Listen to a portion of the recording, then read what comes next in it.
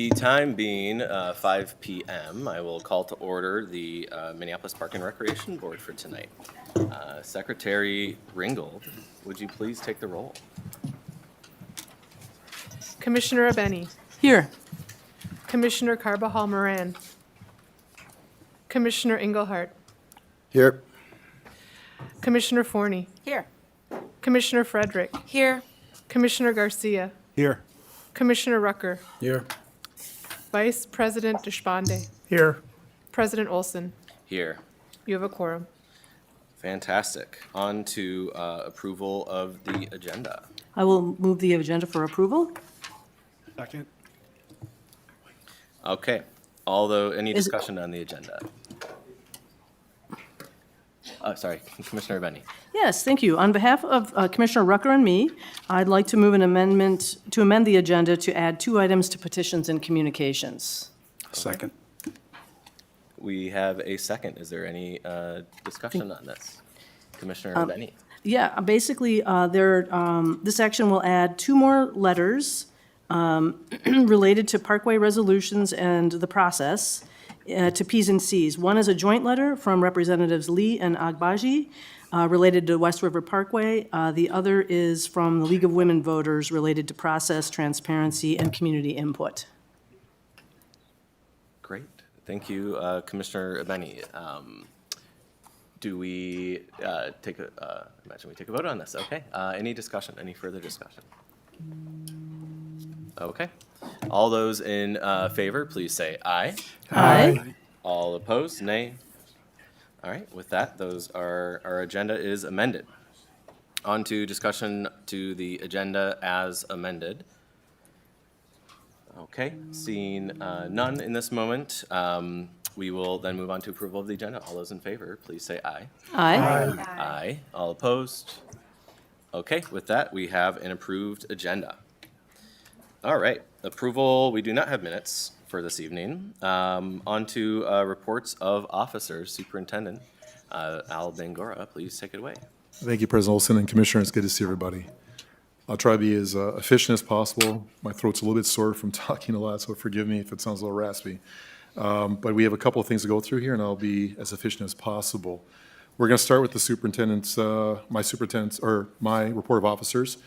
Again, to the community, we are reflecting the strategic directions, and the board had passed the previous board, and giving updates on what we're doing as an organization, reflecting these directions. The first one is strategic direction A, act boldly for our climate future, transit and park access performance goals. MPRB entered into a 3-year agreement for a subscription for Placer AI in April of 2025. With Placer AI subscription, the transit and park access performance goal will effectively be complete. To implement the software, an internal steering committee has been developed, and staff from interested departments will be trained in early 2026. The data available through the Placer AI is all estimates, so it should not be treated as actual numbers. Some of the best uses are for comparisons or trends. Reports can be generated from a specific location or comparison across multiple locations. Individual reports like these screenshots you see in front of you for Powderhorn Park in 2024 can provide information like estimated visits, visitors, visit duration, average stay time, estimated distance traveled to location, and estimated trip origin. For example, in 2024, Powderhorn Park had an estimated 32,700 visits, estimated average stay of 55 minutes, and most of the estimated visits traveling 2 miles or less. So this is really excellent information that we have, and we are more to share with you on this stuff, which is really, really exciting and important. So the screenshot gives a good example, and we'll share more of this as we go forward, Commissioners. Strategic direction B, cultivate each community's place and honor cultural traditions in Minneapolis parks. Eloise Mia.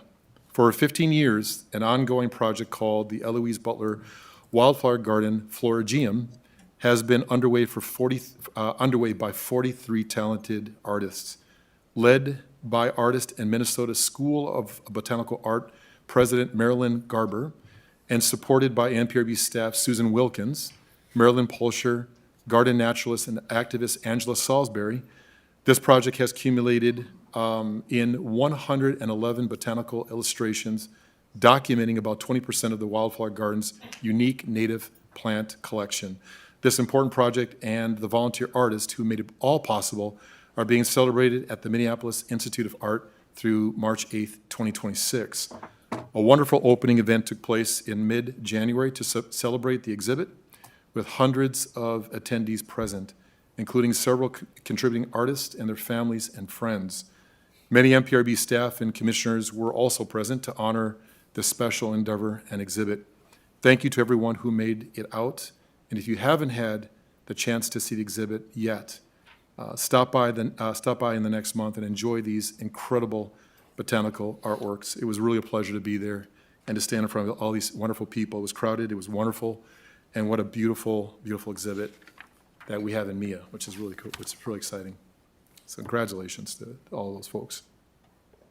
Strategic Direction C, implement quality youth and intergeneration programs, the Martin Luther King Jr. events. Reverend Dr. Martin Luther King Jr. Park, Monday, January 19th in 2026. 150 attendees were at the event, started at 6:30 p.m. The MC was Tim Dumas, who is just brilliant. I love Tim. Keynote speaker was Kenneth Foxworth, who did a wonderful job. Living the Dream Award winner, Cynthia Bryant. She's amazing. Musical performance was Known Minneapolis, or Known MPLS. They were absolutely brilliant and wonderful. They were just amazing. Food drive benefiting the Avenue for Youth and Youth Link. For the commissioners that were there, it was a wonderful event, and it was always a privilege every year to be a part of it. One more, Powderhorn Park.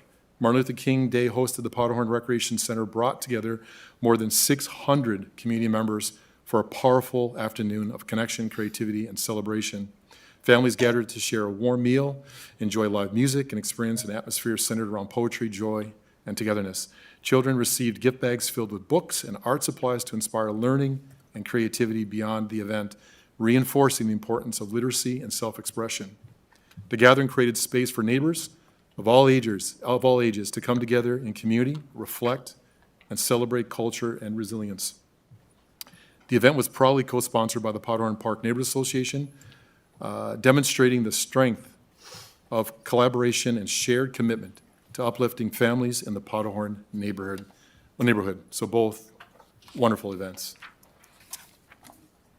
Strategic Direction D, care for park assets to meet evolving needs and practices in ice rinks. The winter season, MPRB opened 43 outdoor rinks at 22 different parks, which includes welcoming back rinks to Powderhorn Park and Weber Park on land. Watering for the rinks started on December 1st, and our staff worked diligently to make the most of the extra cold weather we had in December.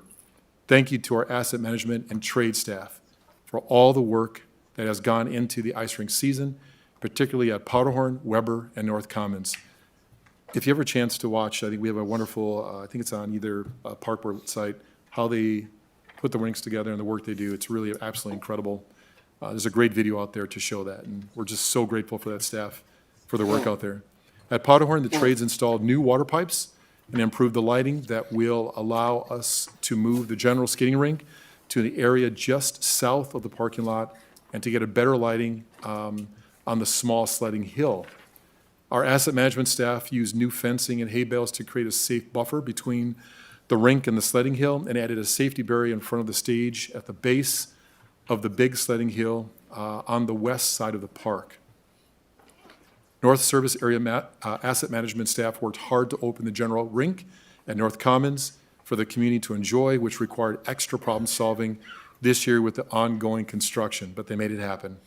Weber Park General Rink was made on land this year by citywide staff with the water truck. We are looking forward to a great season of skating, which is already on its way and doing really well.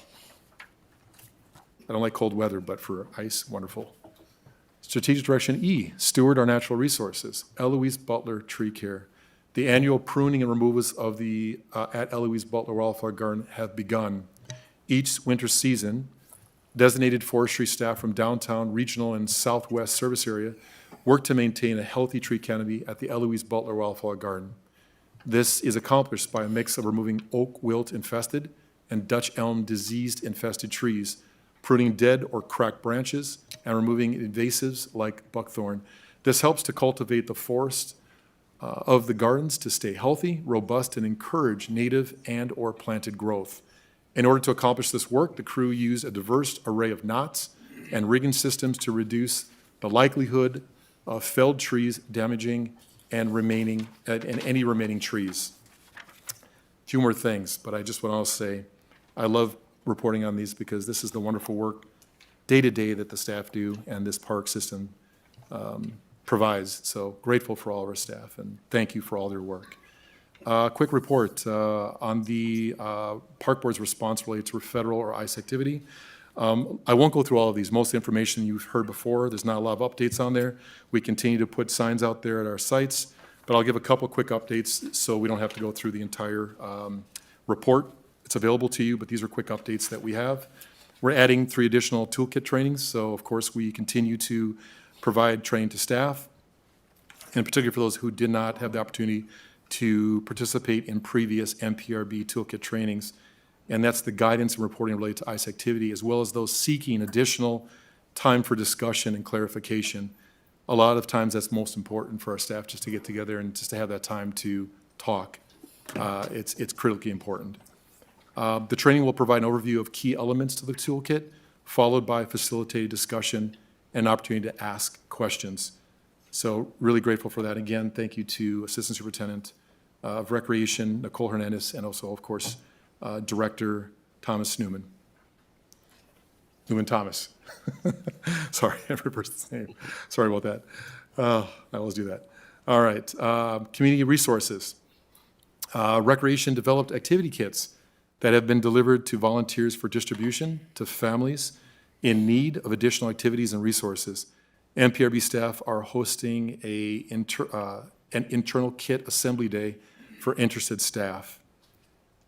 Food distribution sites have been selected and will be held at Corcoran, Powderhorn, Hiawatha School Park, and Matthews starting Wednesday today, February 4th. If there's more questions to ask, of course, either folks can speak to this on some of the wonderful things we're doing for our community, and grateful for this. Staff resources. Our second Wednesday at 1 forum will be an opportunity for staff to come together, talk, process, and simply be in conversation with one another. Our goal is to create space for reflection, for connection, and mutual support as we continue to navigate this incredibly difficult moment in the city of Minneapolis.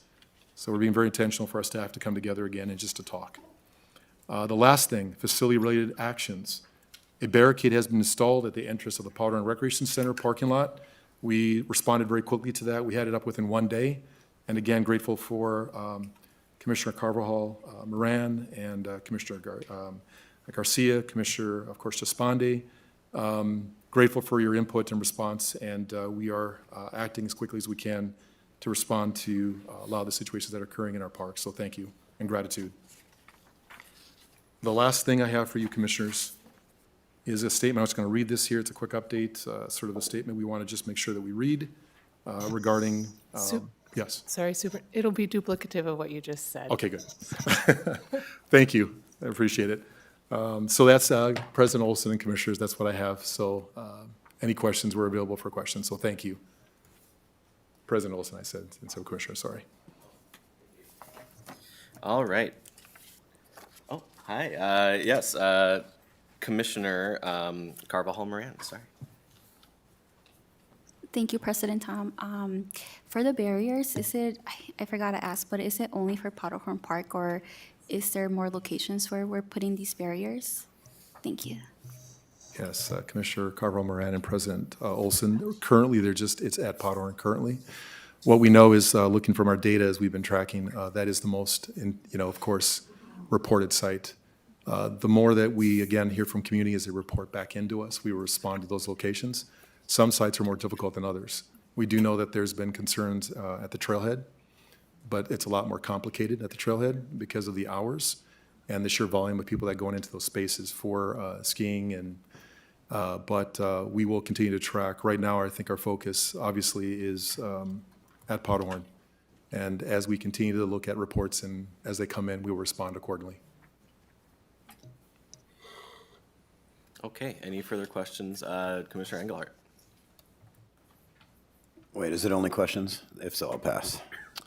Oh, I mean, if you have a brief statement. yeah, just, thank you, Superintendent Bangora. And obviously, this is there's plenty of time to talk about how hard of a moment it is. That said, one of the things that I've been very focused on, and as the newly created committee, the Committee of Employee Relations, is newly created chair, or new chair of the newly created committee, making sure things are as clear as possible to the workers that are out there in the public about what they cannot do and what they can do. And I just want people to know that that is a focus that I have, and that leadership of the Park and Recreation Board are actively working on in an ongoing way. It's a challenge, it really is, and we're working very hard on that. So, thank you. All right, any further questions? Superintendent Bangora? Thank you, President. I just want to make a quick correction. When I said the trailhead, what I meant to say was the chalet, the parking lot that is directly outside the Eddie Manorville Chalet area. So I want to make sure I corrected that location. So, thank you. For that. All right, we are now, no further questions. Moving on to reports of appointees to outside boards, commissions, or committees. Before I turn it over to other commissioners, I have 2 appointments to make. First, for the Bicycle Advisory Committee, I will be appointing Andrew Hastings. Andrew Hastings to the Bicycle Advisory Committee. Unfortunately, the initial person appointed was not able to do that. And then also for the Committee on Employee Relations, we will be swapping out Commissioner Forney for Vice President Deshpande for that one moving forward. Do commissioners have any further reports of appointees to outside boards, commissions, or committees? Commissioner Garcia. Thank you, President Olson. Just wanted to report from the Minneapolis City Planning Commission. We've had our regular meetings the past two cycles. We have canceled our committee of the whole meetings due to lack of business. Most of the items that have come before the Planning Commission have been decided on consent for the last 2 cycles. The only one that we had a discussion on this past Monday was variances for a bathhouse building in the North Loop, which we approved 2 alternate compliance mechanisms, however, denied the request for a third one due to a lack of windows in the building facades. So we anticipate seeing those plans come back to us in a future iteration. Thank you for that update. Thank you. Commissioner Frederick. Thank you, President Olson. Small update from the Minneapolis Park Foundation board. I have yet to be able to attend orientation. That's been rescheduled a few times, and just want to update about the business on behalf of MPF. I'm sure we've read the statement that they've put out as well in support of our protecting the communities against ICE, and just want to uplift their alignment with us in this moment.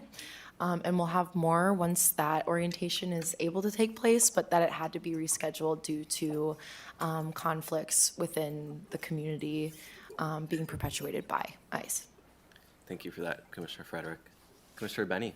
Yeah, President Olson, I don't have an update, but I was wondering, I know you've had a BET meeting. Can you confirm the membership of the BET? I'm not sure on the council side who's on that committee. It is Council Member Chugtai and Vice President, or President Elliot Payne, yeah. So, yeah, okay. All right, let's see here. Nothing further for reports of appointees to outside boards, commissions, or committees. We are now on to consent business. Would someone please move the consent agenda? I'll move the consent business as is. Seconded. Okay, any discussion on the consent agenda? Seeing none, all those in favor, please say aye. Aye. And opposed, nay. The consent agenda passes. On behalf of the Planning Committee, I will move Resolution 2026-7, a resolution directing the superintendent to investigate the potential for implementation of aspects of the long-range plan for the mall, concurrent with work undertaken by Metropolitan Council Environmental Services. Second, do we have a second? Second. Thank you. Commissioner Benny. Yes, thank you. I'd like to move the staff amendment. All right, is there a second for that? Second. Okay. Any discussion on the staff amendment? I believe this is simply changing reference to certain resolutions. Yep. Yes, it's just pretty much like an administrative change to the correct resolution number, and then the background document has the right title. Okay. Thank you for that, Commissioner Benny. All those in favor of the staff amendment, please say aye. Aye. Aye. All opposed? All right, and with that, we have amended the resolution to the amended resolution. Commissioner Benny. Yes, thank you. I would like to, on behalf of Commissioner Rucker and me, I'd like to move an amendment for discussion. Okay. Second.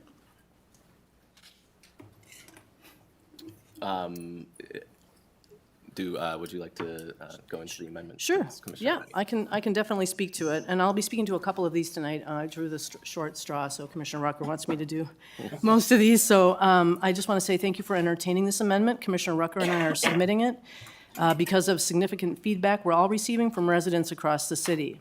First, we believe there are similarities between the concepts and intent behind the mall and the open parkways resolutions, and we wanted to address gaps in the way the mall resolution currently reads related to design guidelines, which are mentioned in the open parkways resolution. So I'll begin with the resolution content. Whereas the City of Minneapolis Street Design Guide, and I'm going to skip some of these terms here, identifies the mall roadway as a parkway, whereas the Street Design Guide establishes design criteria for parkways and assigns the appropriate control vehicle to inform what vehicular operations need to be accommodated in the design of a street, including vehicle passage and turning movements. Whereas the Street Design Guide assigns an aerial fire truck mid-mount 100 as the control vehicle for parkways. So these are interesting clauses because they establish that movement of critical firefighting vehicles must be accommodated on the mall roadways. This is why this next clause is important. Whereas elements of the adopted long-range plan for the mall, such as the removal of portions of the eastbound roadway pavements, have already been determined to be infeasible by the Minneapolis Fire Marshal. And now I'll editorialize here again, and now the staff amendment identified the correct resolution, the one we just amended here, and that resolution, whereas Resolution 2025-79, noting the infeasibility of the adopted long-range plan for the mall, directed the superintendent to re-engage the community at a future time when the mall would receive capital funding, resolved that the Board of Commissioners directs the superintendent to engage a community advisory committee to revisit the mall plan elements that have been deemed infeasible and to allow the community an opportunity to revisit the mall plan in its entirety and holistically to ensure any future improvements are community-driven. Thank you to that, Commissioner Benny. Are you hoping to speak on that further, or? I really would like the commissioners to consider this. This is really important. You're hearing a loud outcry from the citizens, and this has happened in prior boards as well on this issue. We have a plan that is not implementable. 50% of the plan, it can't be implemented. We can't just take out the pavements against the buildings. So let's bring it back to the community and let the community really have some discussion about what that space needs to look like. I wouldn't be afraid of allowing community engagement. Okay. Commissioner Rucker. Yeah, I really don't understand why we're back here, because we already voted on this, it failed. We have a new, board here, I know some of your President Olson, some of your social media posts saying, you know, you needed people in a line to get stuff passed. And I guess you feel like you got people that are in line to get stuff passed, but we were voted in by the constituents, not the board. It's not reversed. They voted us in. And there's a lot of people saying that they don't want this. As me, a 26-year veteran of the fire department, and the chief of the fire department has indicated that this should not happen, to take the road out because of access. Our time is crucial for us to get to people in need, fires, whatever it may be. And I spoke on this last year. The homes in that area are balloon construction homes, which meaning there's no fire stops. So when there's no fire stops, that fire can start in the basement and accelerate to the attic area in a matter of minutes. And we need access to get to these buildings. Not only just to get to the buildings, we do so much. We're EMTs, we're just not firefighters. And when somebody's in need, that's why we're going code 3, red lights and sirens to get there. We're not stopping at stop signs and red lights and things like that to get to people. We need to get there. And then when we have to zigzag through the neighborhood because, you know, I understand with green space, there's a lot of God-given green space that is out here. And it's beautiful in that area. And so for me, it's like, okay, well, if you wanted the more green space, it's right down the road at Bede, Muskoka, Lake of the Isles. We have a chain of lakes right there that we can use. And I just don't understand why we're continuing to go against the professionals that are telling us that this would be a bad idea. Thank you, Commissioner Rucker. Commissioner Engelhardt.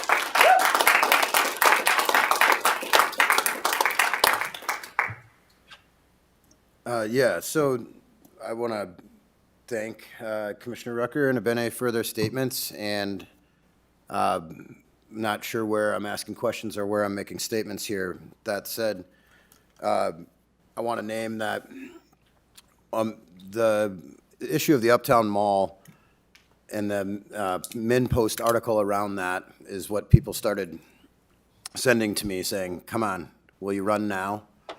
And it's not specifically because of the Uptown Mall, but that's what really got people's attention. So there's a lot of voices on all kinds of sides here, and there's also a tremendous amount of misinformation, and I find that really troubling.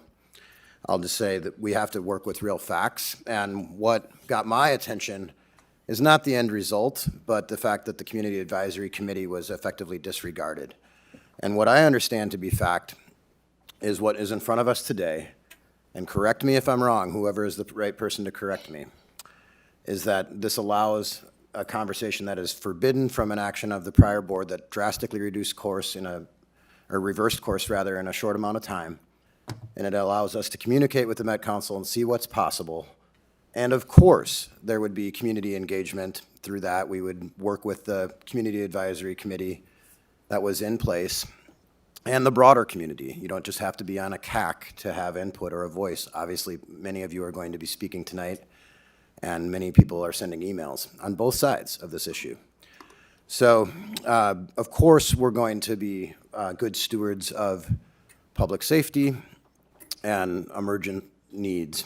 That is something we always have to do and responsible.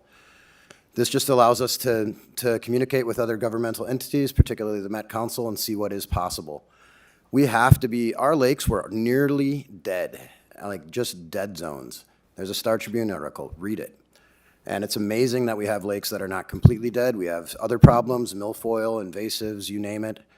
I personally got E. coli from swimming in a Minneapolis lake. When my dog was much younger, she jumped on my chest. I swallowed a bunch of water. That was a rough night.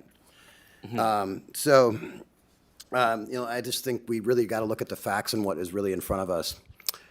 And at the end of the day, we got to be a good steward of our one of our most precious natural resources is the water. The way that flows is right down into Lake of the Isles. And I really hope we are talking about actual facts here, and we will have community engagement throughout this process. And what happened by the prior board, in my opinion, and many people that urged me to run, was a total disrespect to the community engagement process, and I want to respect community engagement. Thank you. Okay, with that, we are now at open time. And once I get a list, we will determine exact time. But in that moment, I will read the open time rules. Thanks to those of you who have come to speak during tonight's open time. The board's open time rules are as follows. I will call on people from the speakers list only. Names are added to the speaker list by calling in before 3 p.m. on the day of the meeting or by adding it in person at the board meeting before 5:30 p.m. The time allotted for all speakers shall not exceed 15 minutes. We have 30 speakers signed up tonight, so each person will have up to 1 minute to speak. Time may not be transferred to someone else. Please watch the timer and stay within your allotted time. This is an opportunity for you to address the board. We are listening, but we will not respond. That said, please don't hesitate to contact any of the commissioners for dialogue and further discussion. To protect the privacy of individuals, please refrain from commenting on specific personnel issues or pending litigation. Discriminatory or harassing words directed at anyone will not be tolerated, and each speaker is asked to state their name and address. Now with that out of the way, we have first Ellen Van Warden. Welcome, Ellen. 1 minute. Thank you. I'm Ellen Van Warden. I live at 2833 Lake of the Isles Parkway East. I'm the president of the East Isles Neighborhood Association and speaking on behalf of the association tonight. Please do not vote for the Mall Park resolution. And if you do, please vote for the Abene-Rucker amendments. If this Mall Parkway plan has many disadvantages, which I've testified before your board once and last year's board another time about, primarily hurting public safety, as we heard from Commissioner Rucker, by blocking emergency access to the apartment buildings, making access to the apartment buildings harder for our elderly and disabled renting neighbors, and disrupting local traffic patterns, both bicycle traffic and car traffic, which use the Mall Parkway to get down to East Bedeh-McCoscott Drive so you can head south because East Isles Parkway heads north. Thank you. Please listen to our neighborhood. Thanks. Thanks, Ellen. Candace Dow. And then after Candace, we have Al Geeson.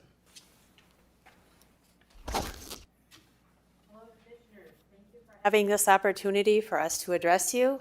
My name is Candace Dow. I live at 1425 West 28th Street. I've lived, which is on the north side of the mall. I've lived there for 11 years. I moved into the East Isles neighborhood in 1958. I have served on multiple park advisory committees, including Lake of the Isles Parkway Advisory Committee in the 70s that become the chain of lakes. I also served on the Library Advisory Committee for Walker Library. So my concerns are three. One is Commissioner Rucker so eloquently stated, we need to have emergency access. Closing the roads would disrupt that. Two, the library return system is on the north side of the building, so closing that alleyway and exit to the park would cause a problem. And third, please follow community engagement. Thank you. Thank you. Al Geeson and then Elizabeth Popoliski. President Olson, Commissioners, Al Geeson, 45 East Minnehaha Parkway. President Olson, I think you will agree that a lot of time and energy has been spent by residents and the commissioners on this issue of opening and closing parkways. If our collective fear of losing access to various popular parkways is unfounded, then all you need to say is, I only want to close parkways for the 2 events a month allowed under the current policy, and there will be no additional closing. Say that, and all of us can focus on other important things. I challenge you to say later in this meeting what you really desire about closing parkways and what the end game is for you. I challenge you to allow honest and substantial community debate on the merits or lack thereof. Am I wrong? Am I wrong to say that you would like substantial future closings of the various popular parkways? Am I wrong? Thank you, Al. Elizabeth Popolewski, and then Henry Labunta. Elizabeth? Oh, welcome.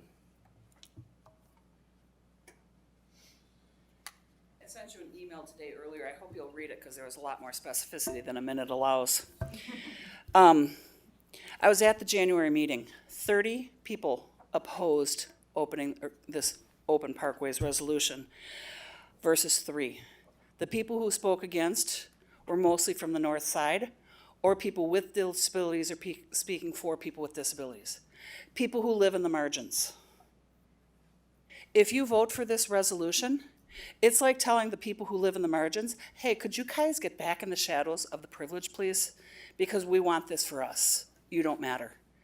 30 people showed up to have their voices raised for this issue. At a minimum, if you vote for this resolution, you must include the Abene and Rucker amendment. Now, there has been a lot of process around both of the mall and this issue, and the voices have abundantly said, no, we don't want this. I was involved in the CAC committee. I attended all those meetings.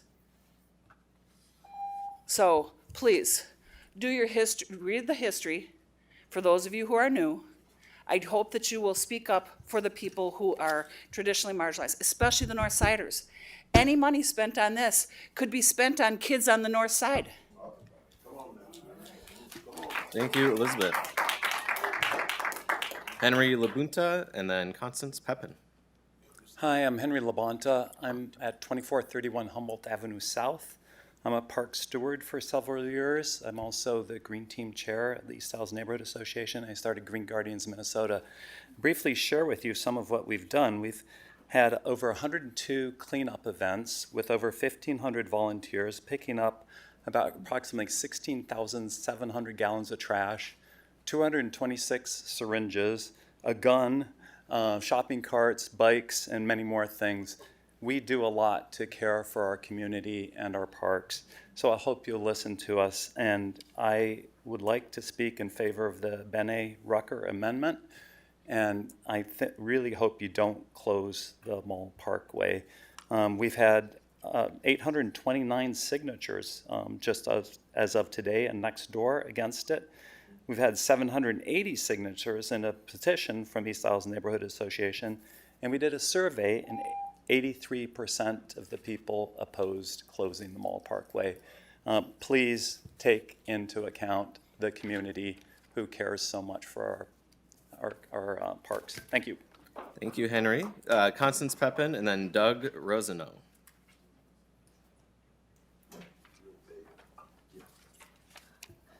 I'm Constance Pepin, and I thank you for the opportunity to speak. I'm in Park District 6. I urge you to oppose President Olson's resolutions. In addition to the input from over 24 residents during open time at your January 21st meeting, the letters you have since received from the League of Women Voters and 2 state representatives provide key reasons why these resolutions are opposed by so many. First, our city is struggling 24/7 to cope with an unconstitutional invasion by the federal government. The resolution before you tonight calling on Governor Walz to pass an eviction moratorium through executive order to support Minneapolis families clearly demonstrates that board members consider this situation dire. President Olson resolutions are not time sensitive and can easily wait. More time is needed for your thoughtful consideration of the resolutions. The amendments by Commissioners Rucker and Abeni to President Olson's controversial resolutions, which would engage community advisory committees, are essential to ensure that you keep that promise that you made for community input, rather than render it hollow and lose the trust of your constituents. Thank you, Constance. Doug Rosano, and then Rebecca Lowen. Hello, I'm Doug Rossenow. I live at 5744 Upton Avenue South. I hope the Park Board will think better of adopting these resolutions. If it does adopt them, I urge them to accept the amendments proposed by Commissioners Abeni and Rucker in order to allow ongoing community input to the further development of these plans. Our city is living through an historic crisis. It is costing many members of the Minneapolis community dearly. At the same time, it is showing us what really matters: The unity of our city is a precious resource, and I think we need to strengthen and replenish this resource whenever possible and avoid doing things that will deplete this resource. I'm concerned that the mall resolution and the open parkways resolution, which have been adopted by the Park Board's Planning Committee, will damage our city's unity by creating divisions and barriers. That is not what our city's leaders need to be doing, especially right now. We have to work to keep all our parklands throughout the city open and welcoming to all city residents, regardless of where they live or how physically able they are. Thank you. Thanks, Doug. Rebecca Lowen, and then Dan Kaiserschott. Hi, I'm Rebecca Lowen. I live at 5744 Upton Avenue South. I've lived in Minneapolis for over 25 years. The Parkway is a central amenity of this city. It was intended to be accessible to all residents, and part of what makes it a landmark and a symbol of Minneapolis, which is a unified city that cares about its residents.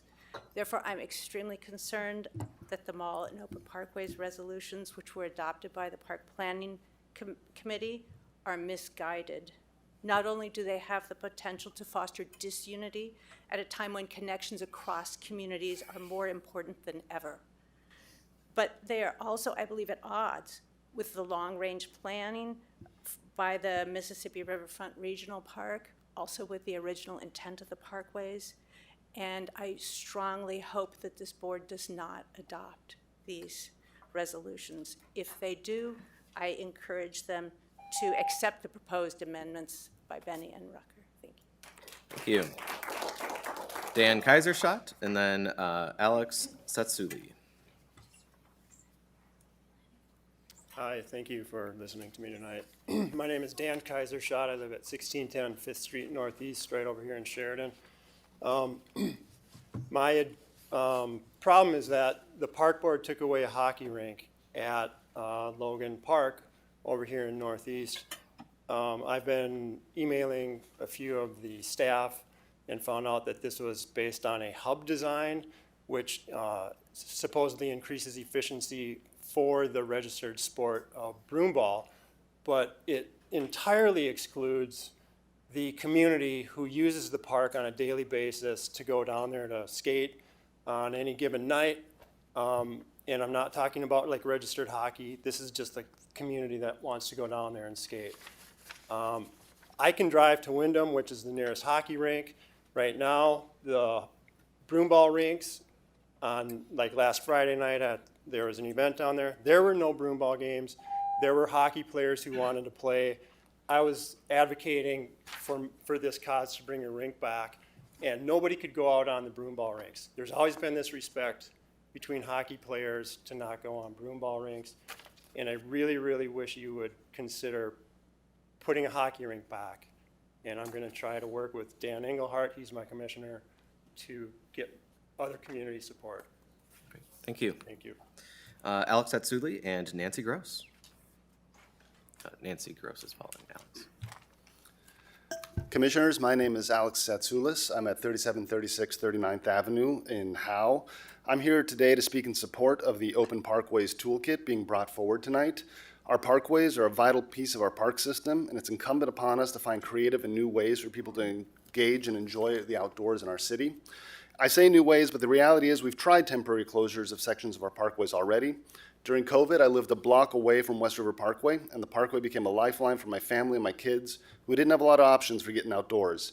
Being able to walk a block and find ourselves in a stress-free environment where they could run and play while I, unfortunately, took work calls made a huge difference in how we came through that time. My youngest son learned to ride a bike without training wheels on the open parkway during that time. We walked with our neighbors, hung out with friends, and connected with our community on the parkway. I encourage the board to pass this resolution and allow staff in our community to reimagine how we might use this great park asset, even if just on a temporary basis. Thank you. Thank you, Alex. Nancy Gross, and then Ronald Fergal. Hello, everyone. Thanks for having us. I'm Nancy Gross. I live on 27th Street in East Isles neighborhood. I urge you to please listen to the voices of those of us who actually live in the neighborhood for the mall park. We've asked to not have the road turfed over. We are asking tonight that you do not support the resolution to change the road in any way. And if you really must vote in that manner, please support the amendments for Commissioner Abene and Rucker. And also, if we have to reopen the master plan, let's do that, and let's have real community input. I remember the first one was probably done during COVID, and we were all a little busy with a few other important things as we are now, but we're here now to keep that support going, and we really appreciate you listening to our voices. Thank you. Thank you, Nancy. Ronald Fergel, and then Chris Meyer. Hi. So I'm Ronald Fergel, 1427 West 27th Street, and I just have to say that, okay, I've lived there for roughly 33 years, but I'm like disappointed that we have to go over this again. Okay, why do you insist on taking something away from the neighborhood? A lot of people have come, we're not paid, we show up, and we're trying to fight for our neighborhood. Access for the renters, access for fire equipment. Our house was actually struck by lightning 20, 25 years ago, and it was on fire. And I was able to call 911. Fortunately, a truck was there within a couple minutes while I was trying to push the flames back and all that kind of stuff. But a minute or two longer, it would have been out of control. And even a house on Irving and I think it's 22nd burned down a number of years ago for situations like that. So just by saying we need access for fire trucks is not a arbitrary thing. It's an actual requirement for people that live in this neighborhood. So we support the parks. I appreciate that you do too. That's why you're here. But please listen to the people that live there, live in that neighborhood, and saying that why impose that on us? We like it the way it is. It's not NIMBYism. We support everything, the city and multimodal transportation, multinodal, all that. But why take away something where at least it's working now? Thank you. Thank you. Chris Meyer, and then Derek Eichholz. Chris Meyer from Mercy Homes, and I came to ask you to vote against the Abene Rucker amendments. For the Uptown one, we already had a CAC. Like, I think it's disingenuous to choose to dismiss the process when it suits commissioners. So I urge you to reject that, and then to reject the Abene Rucker amendment for the Open Parkways one, because it forbids having any kind of pedestrianization until after the CAC is concluded. So the problem with that is the best time to do the engagement would be during some pedestrian events, so that you can engage with all the people who are using it at that time. Like, it's a missed opportunity that we didn't have that kind of engagement in 2020 because it was extremely popular then. So I think you should test it out. Try it for a weekend and talk to the people who show up to them. Talk to all the people who are sitting at the tables when restaurants can put the tables out into the road. Talk to the people who feel safer because if you're elderly, you don't have to worry about scooters rushing past you if the scooters are put into the road. Talk to all the families who can bring their kids and not have to worry so much about them getting crushed. So I urge you to reject that and allow some engagement during pedestrian events. Thank you. Thanks, Chris. Derek Eichholz, and then Nicholas Wilson. Derek Eichels, 619 8th Street Southeast. I'm the land use chair of the East Bank Neighborhoods Partnership and on the board there.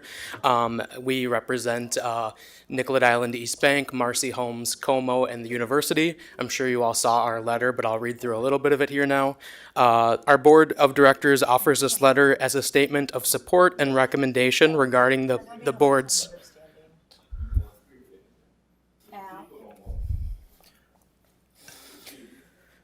Thank you, Al. Okay. We discussed this concept at our January 6th meeting, and it was subsequently reviewed by the board. Feedback from residents, both in attendance and through written comments, was largely supportive of the open parkways concept and expressed interest in seeing it further developed.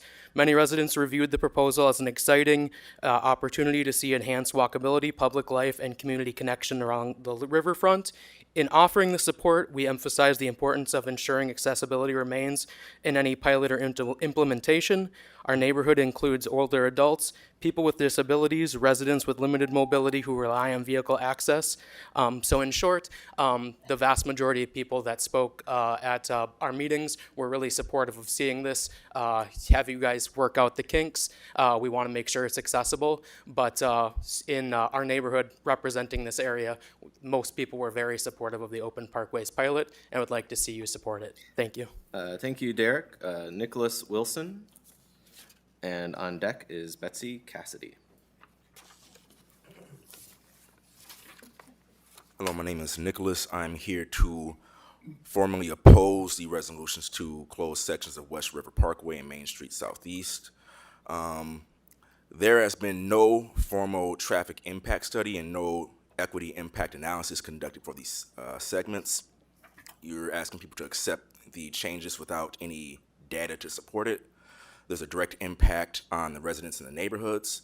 It will displace traffic into different arteries and to side streets, increasing traffic, increasing carbon emissions.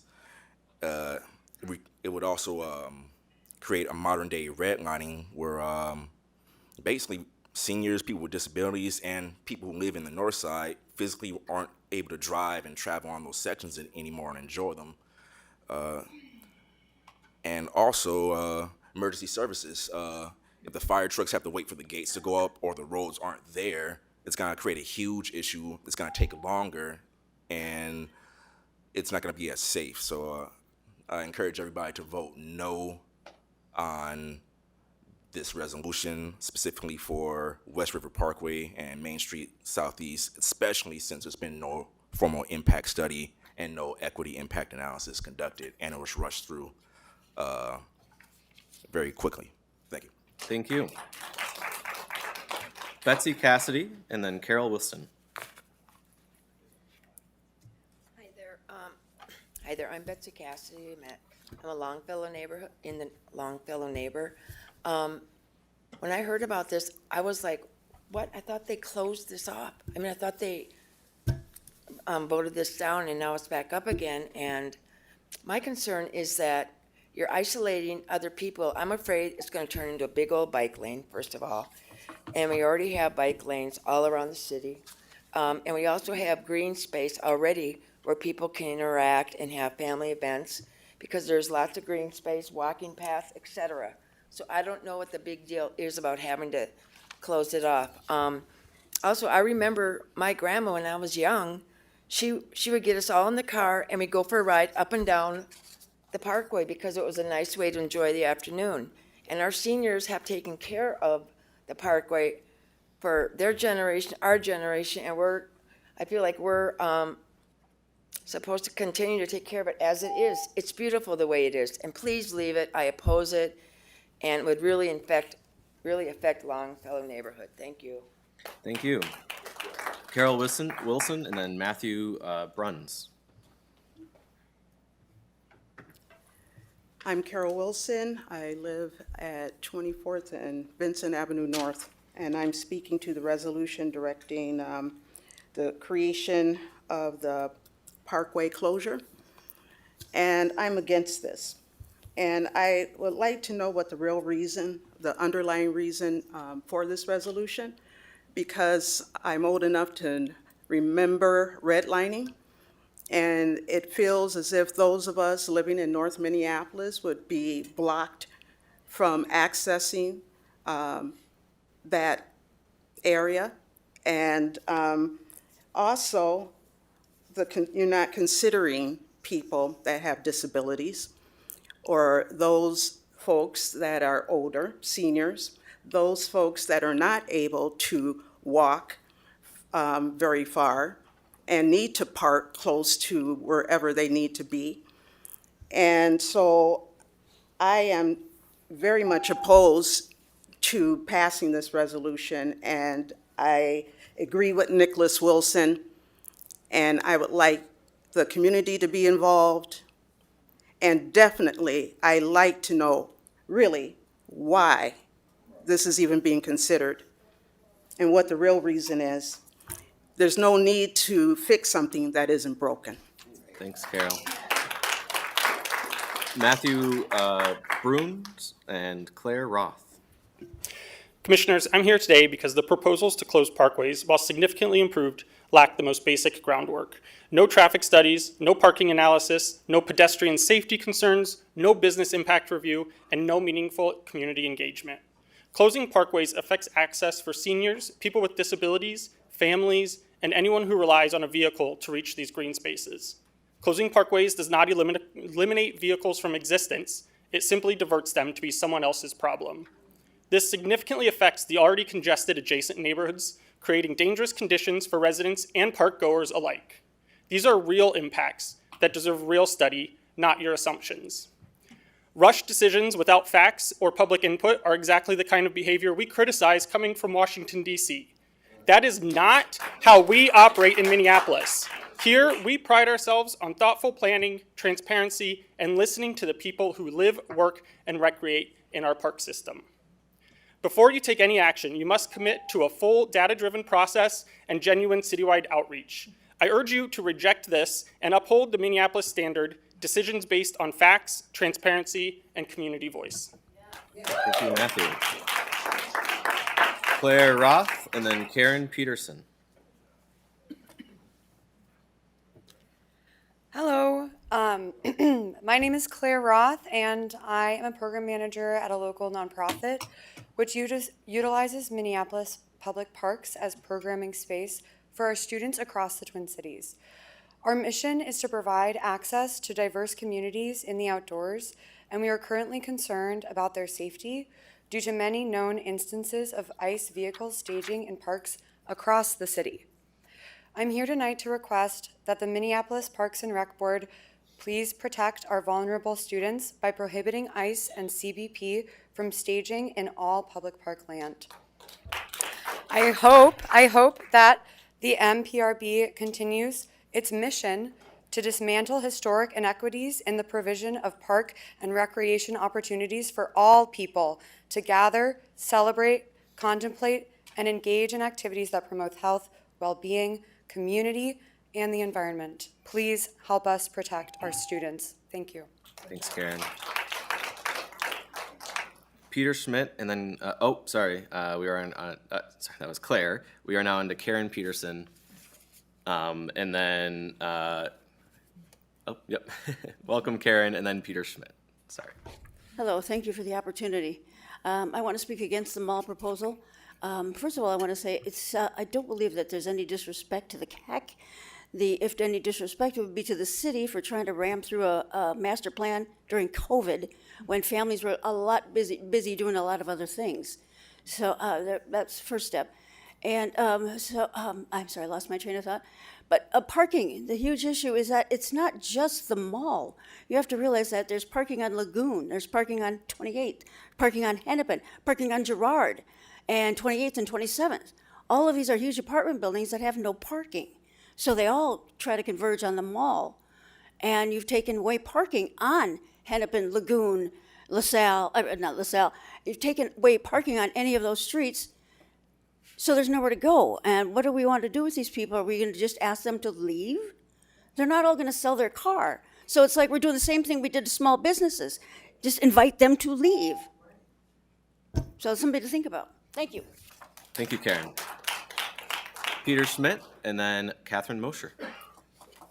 Peter Schmidt, I live in the Uptown neighborhood. I'm speaking once again on the mall. I've been here many, many times. One quick small correction, the CAC process happened before the COVID. It was approved during COVID while the engagement work happened prior to that. I'm glad we got to the last comment though, because this is all, again, a talk about parking. I'm glad it was a great strategy to couch this as a fire topic, to couch this as an engagement topic. We had months of engagement on this, particularly on this park, months of meetings on this park. And again, we're coming back around to fire can't access it while conveniently neglecting to mention that you can just get rid of parking, get your 20 feet. You know, we've talked about other firefighters multiple times who have also said they can get in there with this design. I understand there are concerns you have to talk to and train firefighters to do so, but this is not an access concern. This is, again, a couched argument about parking. Please don't disregard our CAC. Don't create a new CAC for no reason. It's just really disrespectful to everyone who spent years on this. I urge you to support the resolution and deny the amendments. Thank you. Thank you, Peter. Catherine Mosher, and then Jean Anderson.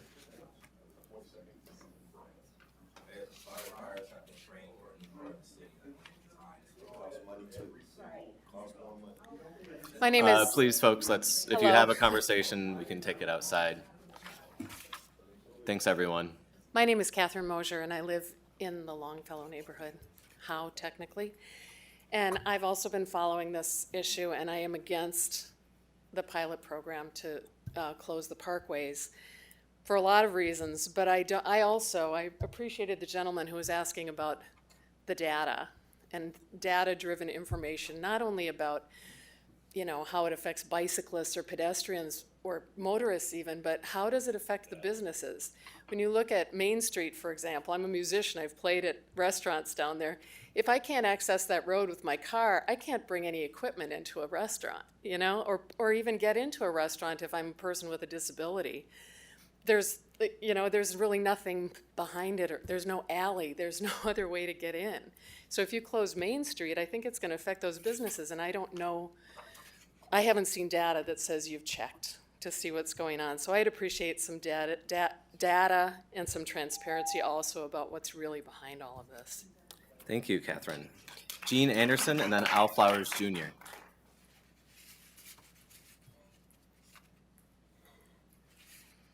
Hi, I'm Jeannie Anderson, and I live in the Hiawatha, Nokomis area. Didn't think I would be here today at all. At home, it's easy to look at things and not be a shower-upper, but I'm a shower-upper with not a lot of eloquence to say. But I do oppose the closure. I'm hearing safety, I'm hearing division, I'm hearing how controversial, how inequitable it is. I've lived in Minneapolis my whole life. I'm a fourth generation with fifth and soon sixth generation, and I want that access for all. I grew up at the parks, I grew up on all the parkways, and to think of that access being less than for a north side, for a northeast side, for anybody, I can't understand that that would go, because there are areas for people to enjoy the things that I've heard that are pro to gather and whatnot. So I am for the Abena and Rucker amendments if it goes, but I really do not want the closure. That access is important. Thank you. Al Flowers Jr. and then Al Flowers. Hello, my name is Al Flowers Jr. I'm disappointed in y'all that I'm back up here. Not all of y'all, but Olson. I'm disappointed in you. I watched the whole meeting last week. Why didn't y'all vote on it then? Every time I've been here, the majority of the people are saying no. The majority of people that standing here are being no. Y'all keep saying that y'all had these meetings. What was it, the white boy committee? Because everyone else is saying no. I haven't seen it. Some of y'all I know, some of y'all I'm getting to know, but I watched all of y'all when y'all ran. And I heard a lot of equity. I heard a lot of racial disparity. I heard a lot of how we want to make the park accessible for everyone. And yet the first move that you all are going to do is sit here and even allow for this to continue to go on. Planning committee, it shouldn't even been to the agenda. My grandmother called me. She lives over North Minneapolis. She said, baby, they finna close down the parkway. How am I going to get to see my grandkids? She don't drive on the highways. My grandma is a resident of Minneapolis, and she is a grandma to a lot of people in this very city of Minneapolis. Reverend Mary Flower Spratt. I'm not done yet. We got a lot of our black sisters that has been put in prison behind a federal occupation that's happening within our city right now. And the one word I keep hearing is unity. Where's everybody at? We need to stand together. Unity. I look across this board and I see some of these minority members that's here. And the black man that's on here whose district is going to affect is saying, let's not do this. It did not work in 2025. It's not going to work in 2026. And by doing this, you are going at some of the most vulnerable communities within the city of Minneapolis. You did not come here to make friends with everybody. You came here to serve your constituents. And the fact that we're still sitting at this same point, once again, after last week you had 2 weeks ago, you had 30 people said no. 3 people said yes. Ironically, 3 white boys. So, Mr. Olson, I'm asking you, as a chair, do what's right so y'all can focus on the actual issues that's affecting our park, like safety for our black children. How about the occupation that we're talking about where ICE is setting up at these parks? You're not going to be allowed to do that if we got to keep wasting time up here and dividing our communities. Stop dividing our communities. Thank you.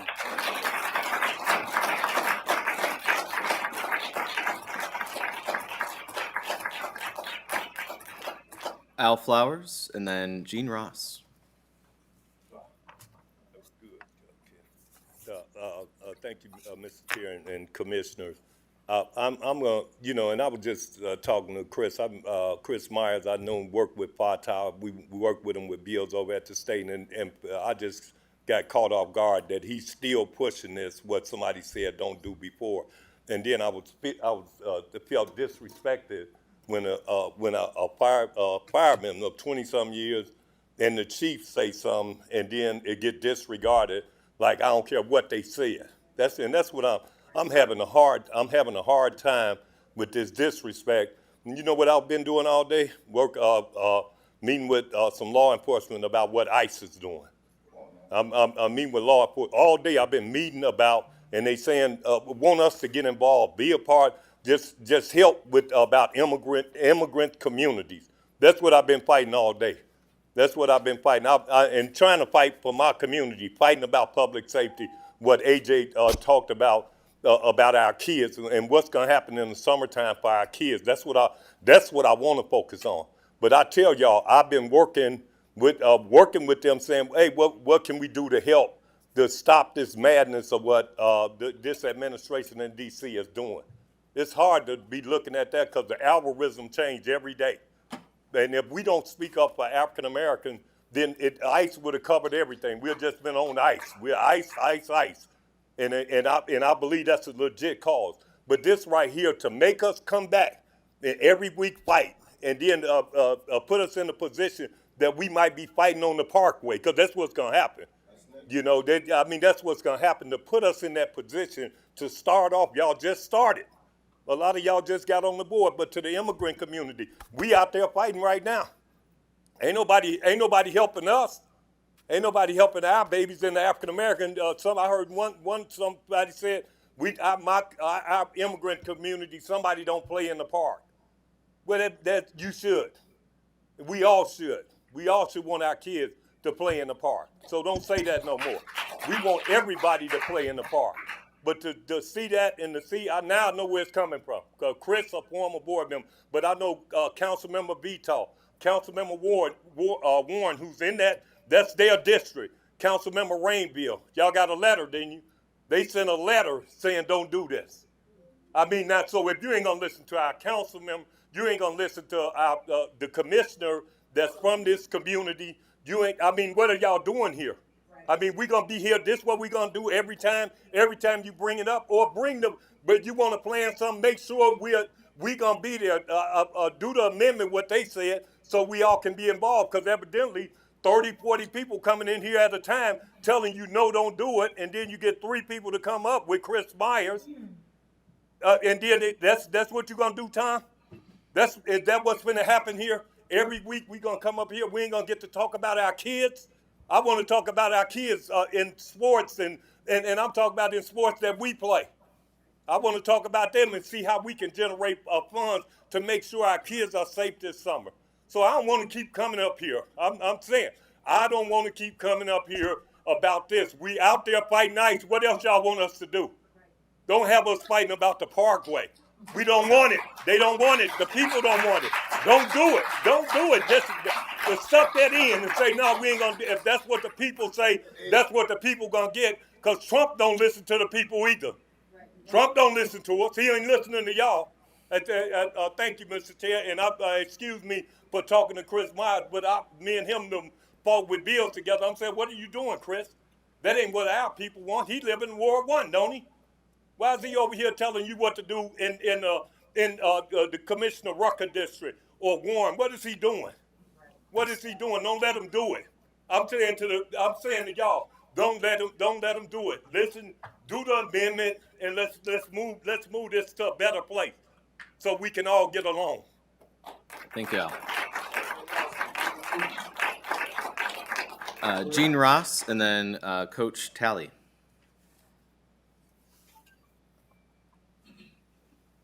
You guys are a tough act to follow. I'm Gene Ross. I live at 3624 Bryant Avenue South. And this stuff comes up cyclically about closing down our parkways and are grand rounds that were created for everybody to have access. And I don't know about y'all, but I like to take the scenic route when I can. That's kind of one of my mottos. And and I'm partially disabled. So please don't cut off access to people who are less able than y'all able-bodied people. Okay? And thank you, Ebene, for being my commissioner. I appreciate you. And if you insist on going forward with these amendments, please adopt the Ebene Rucker amendments. Thank you very much. Thank you, Gene. Oh, Coach Tate, sorry. How y'all doing? Saw that. Coach And then Lori Tate, Allen. Northsider. I'm coming to you about the kids again.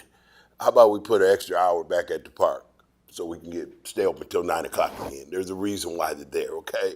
Let's put some energy into the babies, our national parks, what we won the award about.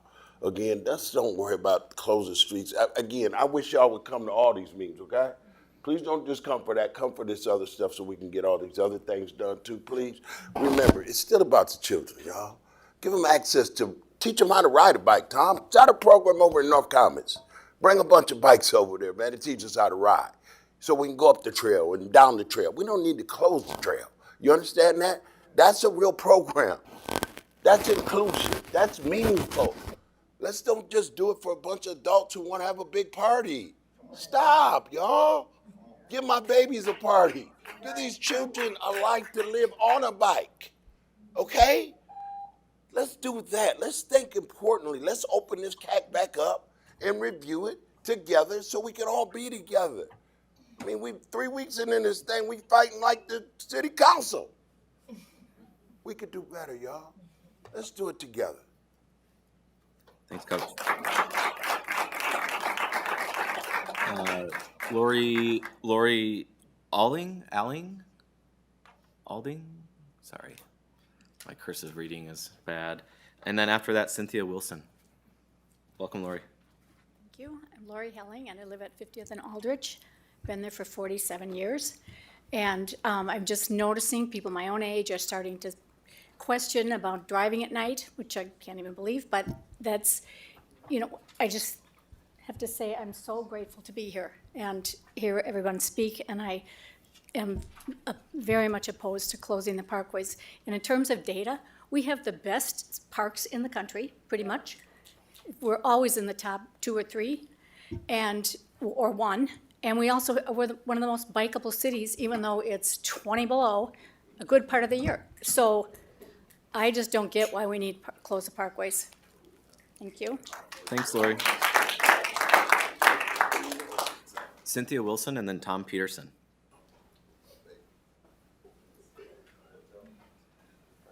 Wow. Cynthia Wilson, 2117 West River Road. This is amazing. This is really amazing. I have to say to Jennifer and Al, where are we going? What does our park system come to? I mean, what is our mission and our goal? It used to be open space, trailways, bikeways, inclusivity. Where are we going? Parks closing early. And there is no concern about community anymore. Where are we going, you guys?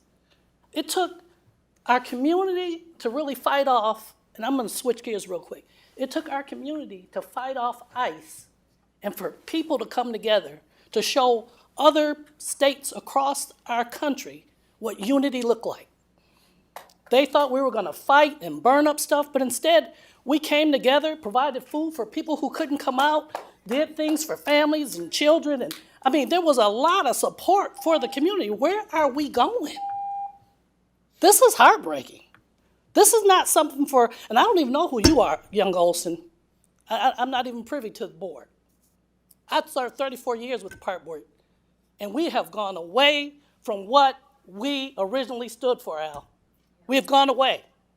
And it is so heart-wrenching to see it, that we have to come here and fight about a parkway?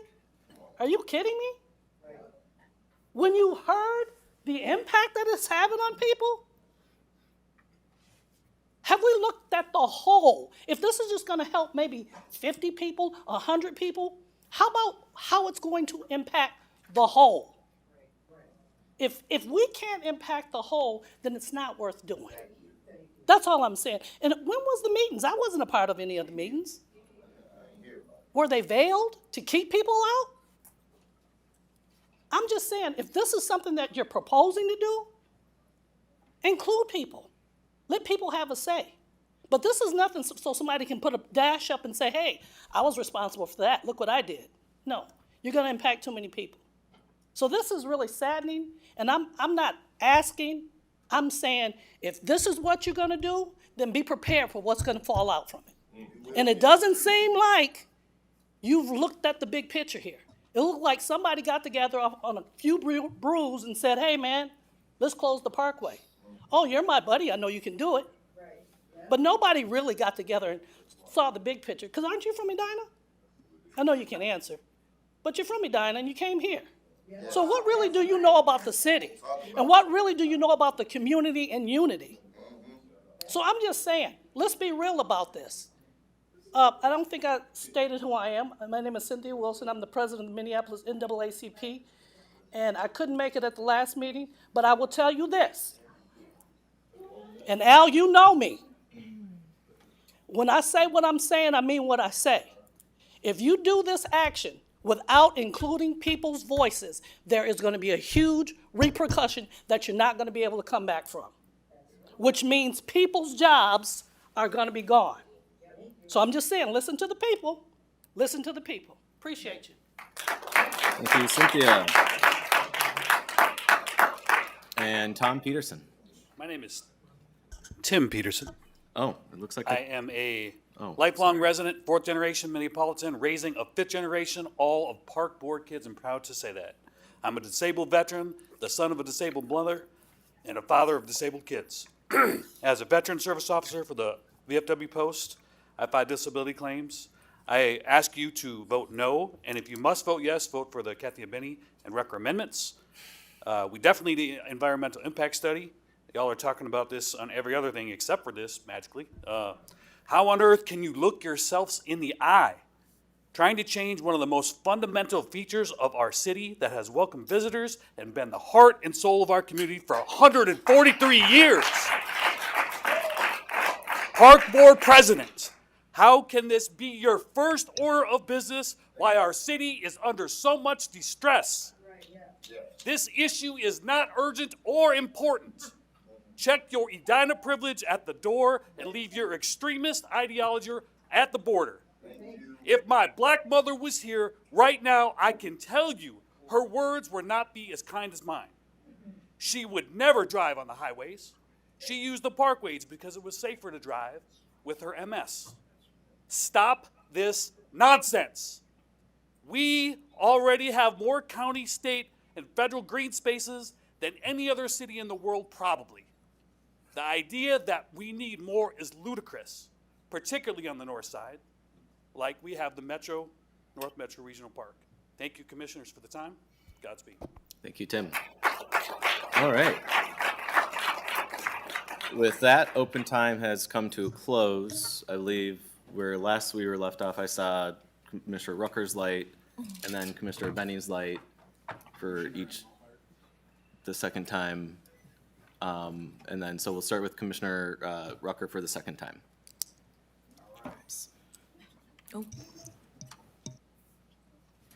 Yeah, I just want to read this.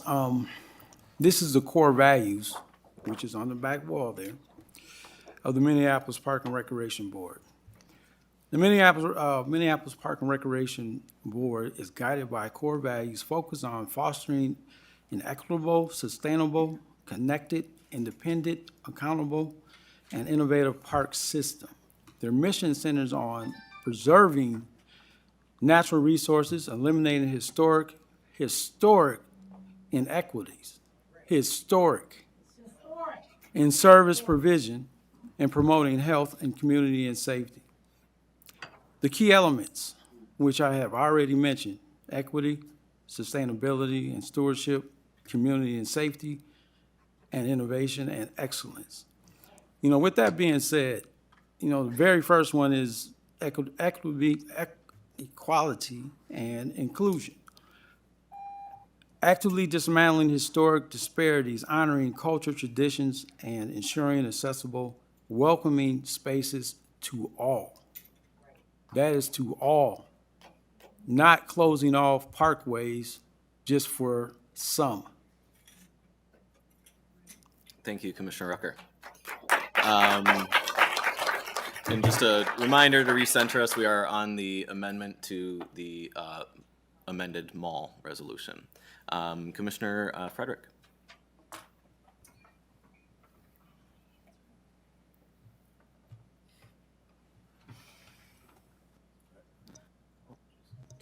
I have a faulty mic. I apologize. I had this for later. Okay. All right, to the amendment, Commissioner Engelhardt. Yeah, I'm speaking in opposition to the amendment because there was a community advisory committee. We heard a member talk about factually that it was prior to COVID and there was input. And as I spoke to earlier, of course, we're going to consider all the concerns raised. I believe that there's just a tremendous distortion of the facts here. Parking is only accessible if there's a parking space. As soon as those parking spots are full, then it's not accessible. Those are not overnight spots, and they're being used as overnight spots illegally, for one thing. We talked about there's a lot of pollution that comes off of braking and parking that goes right into that Lake of the Isles. The Community Advisory Committee did meet. There was an engagement process. It was, in my opinion, as I stated, disrespected. Emergency vehicles, it's a lot harder to move cars than it is to move people that if they're parked or if they're actually in the process of moving. That's also something that is a fact, in my opinion. So the community engagement process happened, and it will happen if something goes forward. All this does is allows us to be in communication with other governmental entities before the ground is unfrozen and things move too far ahead from a quick reversal and, in my opinion, a disrespect to the community engagement process. So I'm opposed. Thank you. Thank you, Commissioner Engelhardt. Commissioner Abeni for the second time Yep. to the amendment. Thank you. I think I'm really concerned with the term misleading and the terms, that this is disrespectful to a past process. You're hearing directly from people that live around the mall and have been working on this issue and engaging on this issue. This is a heartfelt communication and outpouring. And to the new commissioners, this is a heartfelt outpouring of communication that you're hearing. I appreciate you bringing up the water quality issue, but as a water resources engineer, this would be infinitesimal. It would make almost no difference. In fact, probably, it's a bit of a red herring, I'll say. It is. So this is a low trust issue, and there is no guarantee unless we adopt the Rucker-Abeni amendment. There's no guarantee that the current resolution as it's written, that doesn't say anything about community engagement. This will require it, and it will be able to address the parts of the plan that cannot be done. It's not possible to just pull out roadway sections against the buildings, which is what the plan as adopted shows. It can't be done. So I really strongly recommend, don't be afraid of the community. Deliver to the community what they're asking of you, whatever that is, but you need to find out. Let's have that engagement. Okay. I'll take a couple moments here. I actually have a question for Michael Schroeder. This amendment would order a new CAC process.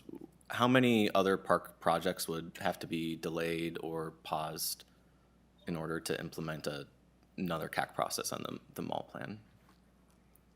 President Olson, Commissioners, it's something we have thought about because there would be impacts, not eliminating projects, but delaying them. If we look at the project manager who you heard from last time, Carol Hallstone, we would be delaying projects related to improvements at Todd Park, East Phillips Park, and Cedar Avenue Field. Thank you. And I believe in past conversations, I had heard that when the initial community engagement was done in the mall, when it was more of a neutral topic, it was about 50-50 folks supported the new plan and folks were supportive of new green space and folks wanted it to remain the same. Is that accurate? But President Olson and Commissioners, the response that we had through the community engagement process tied to the long-range planning for the Southwest Service area demonstrated kind of a split decision. I can't tell you whether it was exactly 50-50, but it wasn't nearly so clear as most of the decisions we bring before the Board of Commissioners, where there's nearly unanimous support for a proposal that went through a process. This was evenly split, and it is one of those occasions when the amount of engagement the staff would do around a project, we were sent out to do more. In fact, during this community engagement process related to the long-range master plan for this park area, I think we hold the comment period open for many months, maybe 6 months, as we move through COVID and before bringing it to the board. And when we look at the parks that we had in Southwest Service Area, I think this was the only one where there was really a more equal division of opinions. I can't tell you whether it's 50-50, but it certainly wasn't a clear direction as we had for every other park in the Southwest Service Area. Thank you for that. And so I think, this is something where, it is, there is many sort of opinions on this. And I think it's important that we as commissioners, this is where we kind of have to come in and determine paths forward that are in line with what our priorities are for increasing green space, for climate change, for water quality, for things of that nature. And so we have had these past engagement processes, and through those processes, I have come to the determination, and I believe that it is within our park board mission, it is within our stated goals, it is within what we are trying to achieve for more green space, for creating a park system for folks in that area that they can use and enjoy. And we also heard if we were to pass this specific amendment, there would be costs associated with it, and there would be delays of other projects. And so moving forward with this, I believe, is what's best for our park board, and I will be voting no on the amendment. Commissioner Engelhardt, I believe you have already spoken twice on this issue, so we will have to wait until we move back to the full resolution. Commissioner Frederick. I'm ready to speak to this amendment now. I am also learning how we are supposed to speak to each other in this dynamic, but I do want to raise a question about the previous community engagement action. It concerns me that the amendment is to further engage in community engagement when there was an overriding of that community engagement in through the previous board. I also heard from many neighbors as I was on the campaign trail about this issue, and that was a concern of theirs. Now, if those folks are able to come out or not here, I still hear, their concerns as well. So I'm curious as to how this community engagement process will differ from one that happened already, and why that why that community engagement process led to the conclusion that a divisive yes decision meant that you could override public opinion. So, trying to figure out right now. So yeah, what I hear is that there is a as much follow up for this opposition to this amendment. There's a lot of people that you were able to contact to mobilize to come out, which I respect. I really respect that. I also wonder how that bodes to the people that are approve that project, and why are we? Why are we? If they approve it, why aren't they here? If they approve it, why aren't they here? Everybody here. Some they support, they would be here. Do not approve it. I wonder why there's specific decisions made to go back and to get the result that you're looking for in a different community engagement process. There's been no study. And how we can move forward as a community without recognizing that happened previously. Because the community wasn't involved in the first. All right. We will now move to a vote on the Benny Rucker amendment. Oh, sorry. Commissioner Carvajal Moran. Yeah, I I want to be transparent on how I'm going to be voting, and so I know that I just want to say a few words, and just state my position. I know that also as Commissioner Frederick, in the campaign, in my campaign trail, I also heard many constituents being supportive of the mall. And so that's one of the reasons that was also brought up to me when I ran. And so I just want to be transparent on how I'm going to be voting tonight. I do thank all of those that came here and testify. I do want to be respectful of the constituents that I also knocked and heard of, and they were supportive.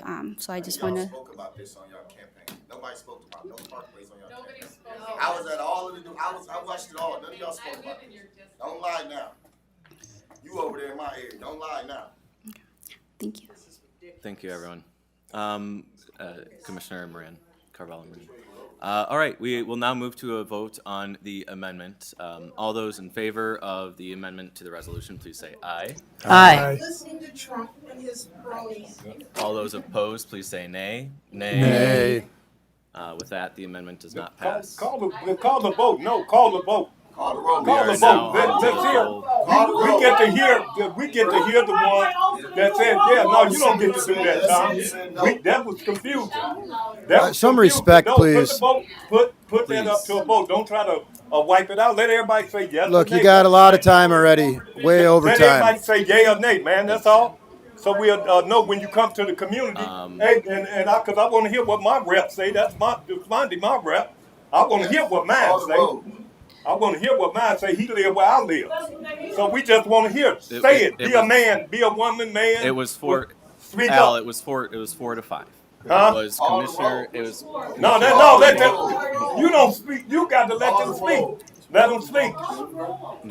Somebody's 4 to 5. What the 5 at? So this is the mall amendment, and that failed. And now we're moving on to the mall But resolution. who failed it? Where's the failure at, Tom? You got to say yay or nay so we capturing it. We just want to hear who's voting which way. I think point of information, President Wilson, just call the roll. When we up there at the mall, when we up there at the parkway and saying no, and somebody lose their life up there because of what y'all doing, then playing like you don't like what's happening with ICE, and then you doing the same move same move Trump doing, and they following along with it. I want to hear which one say it so I can report back the news. Calling the roll is something that any commissioner up here can do. And it was not done, and we Just had call the the vote. vote. Okay, let's call the roll, please. Okay. I mean, Call the vote, Secretary man. Ringgold. You got it. You got it. You saying F the people, so you got it. Thank you. Commissioner Benny. And this is the amendment to the mall still. Amendment to the mall. And for that, I vote yes. Commissioner Carvajal Moran. Nay. There they go. Commissioner Come on, immigrant Engelhardt. Community that's telling us to fight. Nay. Stop. Yeah, well, don't tell me what to stop. Commissioner- Don't tell me, come on, Commissioner immigrant Forney. community Commissioner that- Frederick, that I'm please. out there That is fighting for. incredibly You don't disrespectful. tell me to President stop. Olson, can You're you privileged. please Can take an you- action? All right. You can do what outrageous. Can we You can please say take what a you want. 5-minute No, recess no, while what we you move allow over temperature north to cool down? Commissioner Thank Brady, you. what you move over there to come in and do privilege? You don't even know what's happening over north. And now I'm talking Doing to the roll call and we missed it. no, what you come over north for? You privileged. You're a little privileged. You're a privileged white lady. You're a Don't carry privileged it. white Don't lady. carry it. Yeah, you're a privileged white Don't lady. carry it. Go Go ahead. ahead. Yeah. Yeah, step out, please. Yeah, go get some air. Al, And that ain't Al, you. if I can address That you wasn't for a me. moment, You say what? can I address you for a moment, just as an adult to an adult? Yeah, you can. So, which way you voting for? I'm going to Which way vote. you vote, and then tell me Oh, why so you I vote. don't get to talk to you as an adult unless I vote the way you like. Is No, that what yeah, you're yeah, saying? You do. Yeah, you do. Yeah, Okay, you do. so then I just been fighting for I get it. against ICE all day, so I I'm get it. stressed out with you. I feel you Go ahead. in go that. Ahead. What I am Go ahead. Go what ahead. what Go I ahead, am Garcia. Go what ahead. This is ridiculous. what The council. Can the I talk? council- The council members said no. Okay. The council members said no. Council member Warren VTOL I right here. understand. I've read the communication. What I am asking you for has nothing to do with that. Oh, okay. What I am asking you to do is not denigrate immigrant communities because you didn't. You referred to my colleague. You referred to my colleague as. You specifically addressed my colleague Kay Carbajal Moran and addressed her as an immigrant, as part of the immigrant community. That does not need to be brought into this. Please, please do not. Well, it feels like race. It feels like race. I totally understand that concern. I can totally understand that. It feels like race is all over. But please, that is not something that needs to be addressed in this.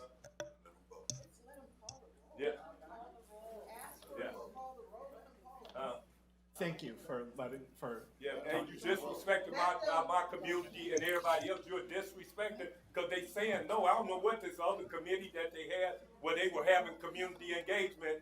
We didn't ever hear it. Do it again. Do another community engagement. What you scared of? Do another because you know everybody will be there next time. Don't do what Chris Myers telling y'all. That's a former commissioner. He been doing this for, and I ain't never disrespected no immigrant. I fight for him.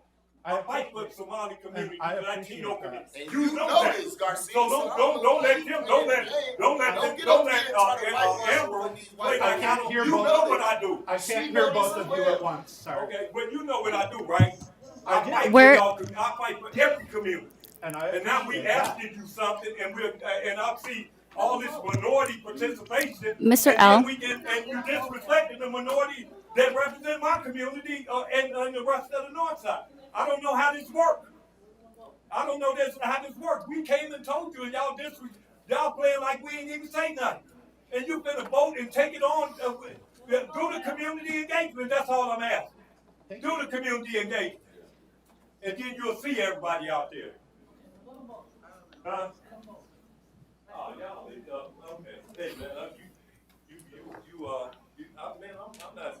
They don't. I don't even want to hear they. I don't even want. I hope my rep. I hope you do right for us. I want to set the record straight that the first action this board took was the resolution on ICE. That was stated that this is not the first action this board has taken. The first action this board took was the action on ICE. We did a moment of silence, and that's what we did. And we passed the Committee on Employee Relations on January 7th. So the facts are facts.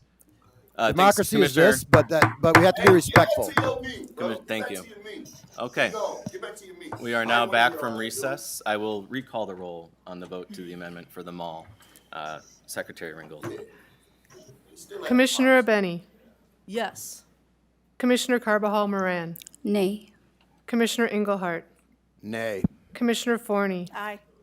Commissioner Frederick. Nay. Commissioner Garcia. Nay. Commissioner Rucker. Yes. Vice President Deshpande. Nay. President Olson. Nay.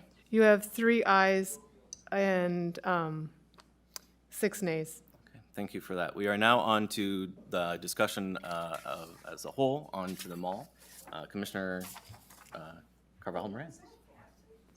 I forgot to do this, and Secretary Ringgold, if you can support me with this, or what is this where we?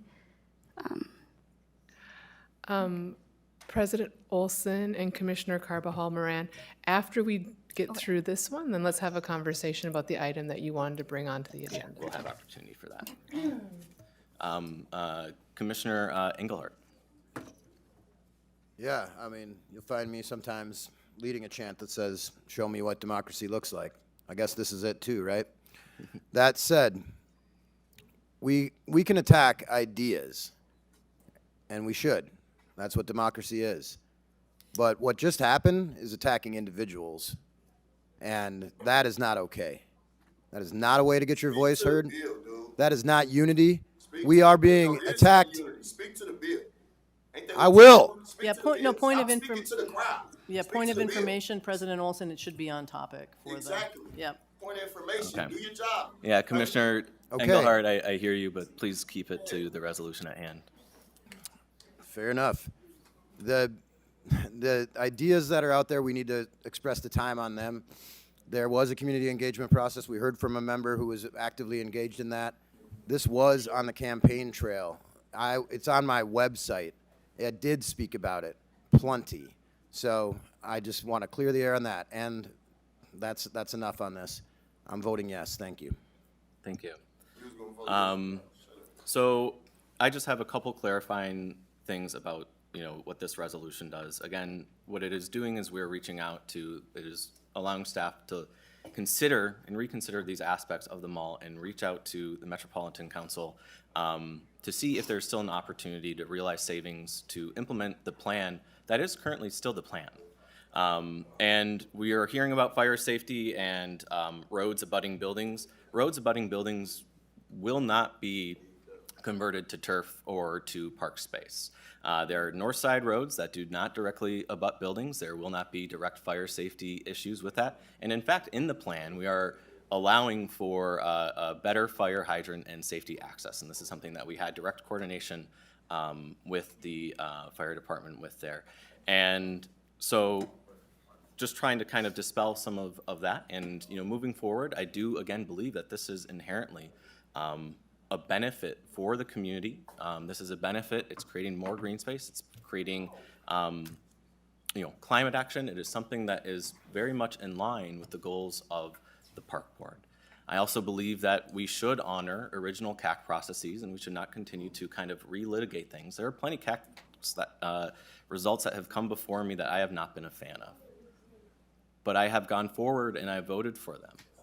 And that is something that we do as park commissioners. And so we as commissioners have to decide, is this something that we believe is beneficial for the community? And I think it is. And we've done parking studies, we've done these results, and we've seen that there is plenty of parking available. I think there is opportunity for future compromises, potentially around parking permits, potentially allowing renters in a certain area to be allowed to have extra access. We can discuss things like that. There's plenty of time to discuss that in the future. And this plan and this resolution allows us to do that. Commissioner Rucker and then Commissioner Abeni.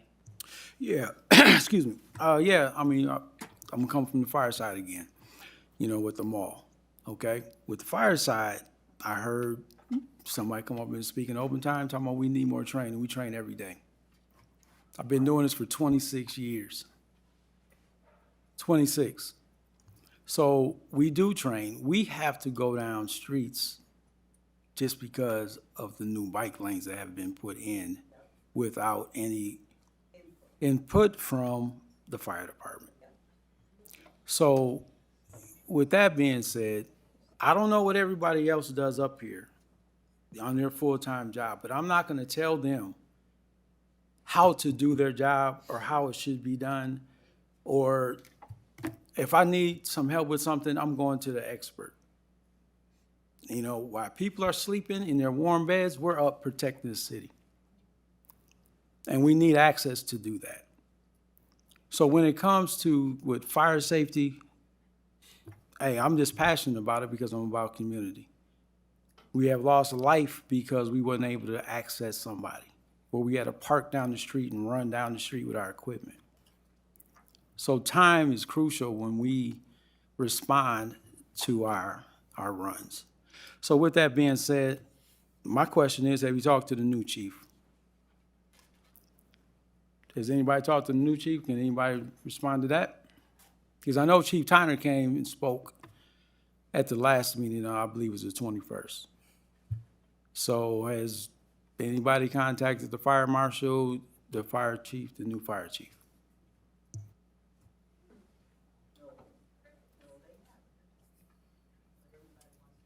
President Olson and Commissioner Rucker, staff's work was suspended on this, so we haven't done any work since the resolution was passed to suspend work.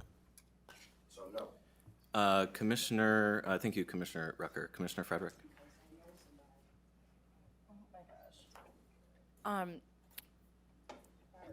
To that point, I want to say that the work that is being asked of us to do has to be approved by the board for us to do it.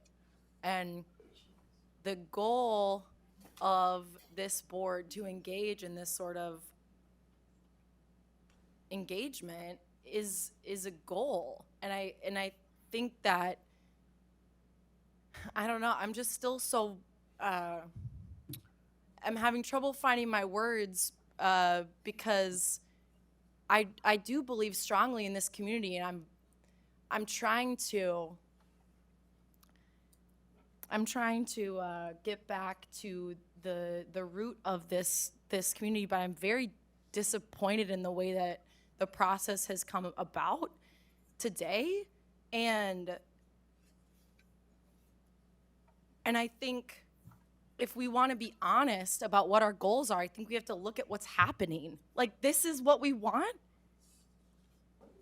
What you saying? You don't want community here? I want to be able to talk about. You was went to theater school. Come on, we don't need all the acting classes. Okay, Talk about please, theater. please, This is what I'm personalities, talking do not about. bring personalities. This is what I'm talking about. My fellow commissioners asking folks to come and talk on things without engaging to me and talking to me personally about something that you want to move forward in this board, and then asking community to come up and talk, and then what we're seeing is asking us to not talk about what we're seeing in the room, but stay on topic when we saw what just happened as a result of. Same thing like when you went downtown to the city council. They didn't respond to you. They responded to the bill. And I didn't respond afterwards. You can't. Yeah, you left. So go ahead, get to your bill. Okay. I just am flabbergasted at the way that we want to do business. And I'm trying to understand what you want to achieve through this process. And if you think that this reflects on us, I believe that what happened today reflects on you as well. Both of you as commissioners. Thank you, Commissioner Frederick. But I will say, please, let's keep it to the topic at hand, everyone. Can we?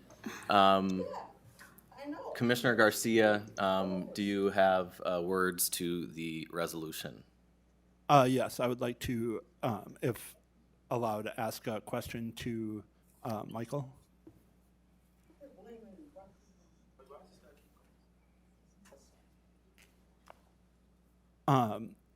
So just to clarify, this project was suspended and that disallowed staff from doing any further work on it. So by passing this resolution, we would allow staff to do further work to potentially find new design that would be less of a fire risk or safety risk or things like that. Is that correct? President Olson, Commissioner Garcia, yes, that's correct. To make certain that commissioners understand how we would interpret this, we would develop a plan shared with commissioners, so we're very transparent about what we're doing, including what the status of the current work is because it wasn't completed, and allowing us to be more articulate about projects we'd have to set aside to allow this one to proceed. The work, as I read this resolution, it wouldn't be a full-scale implementation of the long-range plan that's been approved by the board. That stands. When the resolution to suspend work was passed, it didn't change the direction.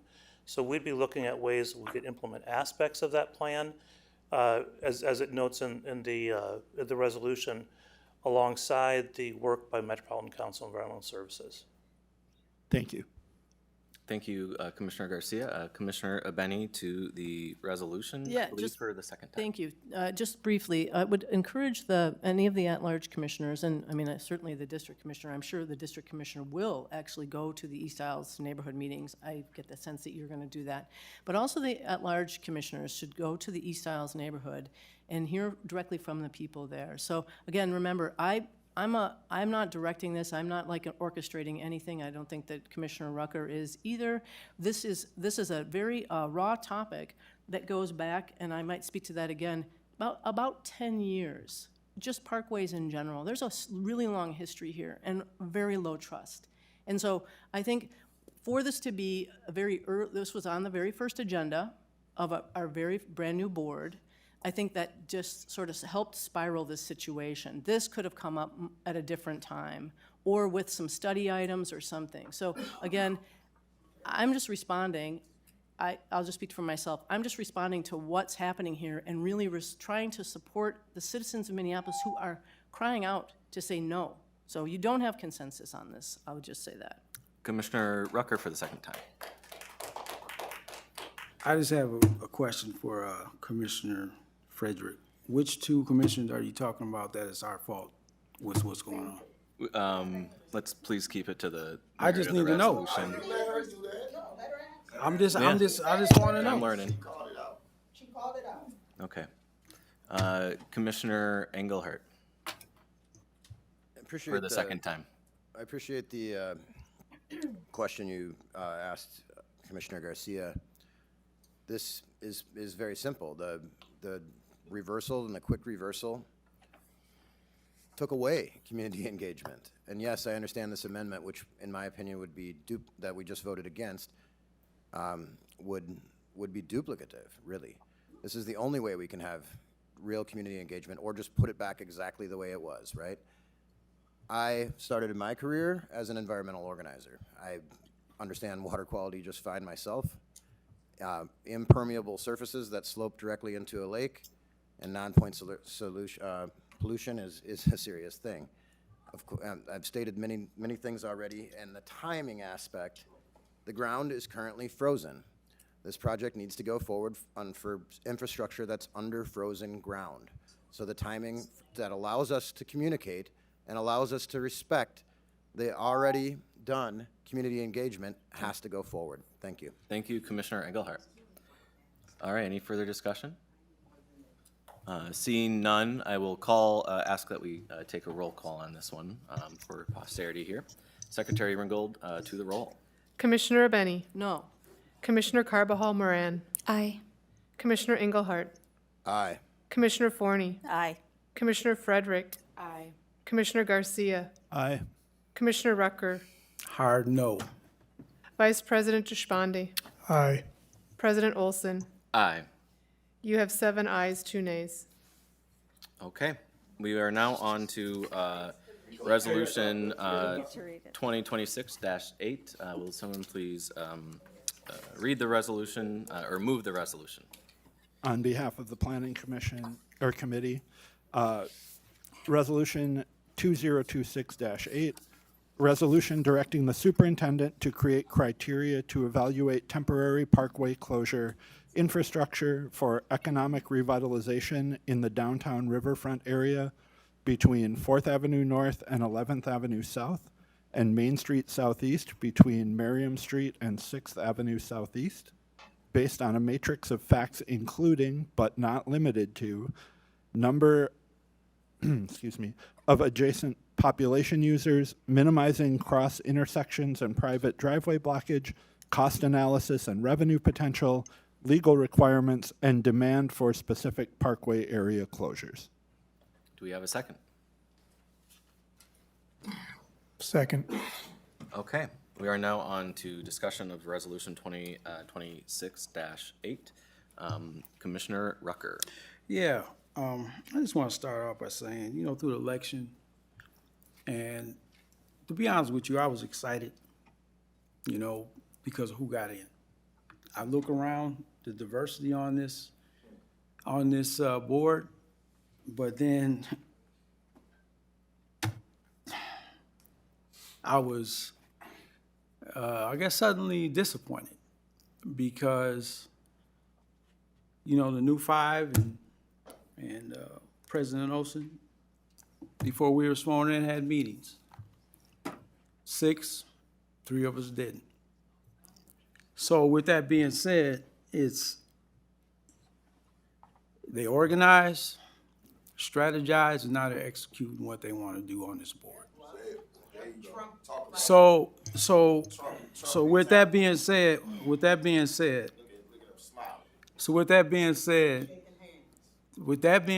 just hold on, everybody. With that being said, the planning committee was stacked. Their admin and finance was stacked. Those are the very most important committees to pass things in planning and to continue on with admin and finance for the money. As a Northside Commissioner, I believe I'm the first black person that was voted in as the 2nd district, right?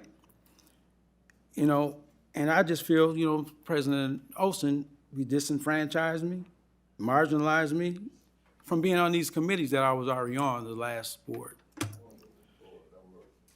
So with that being said, I was approached after the last meeting by a former commissioner Now he's on the planning commission.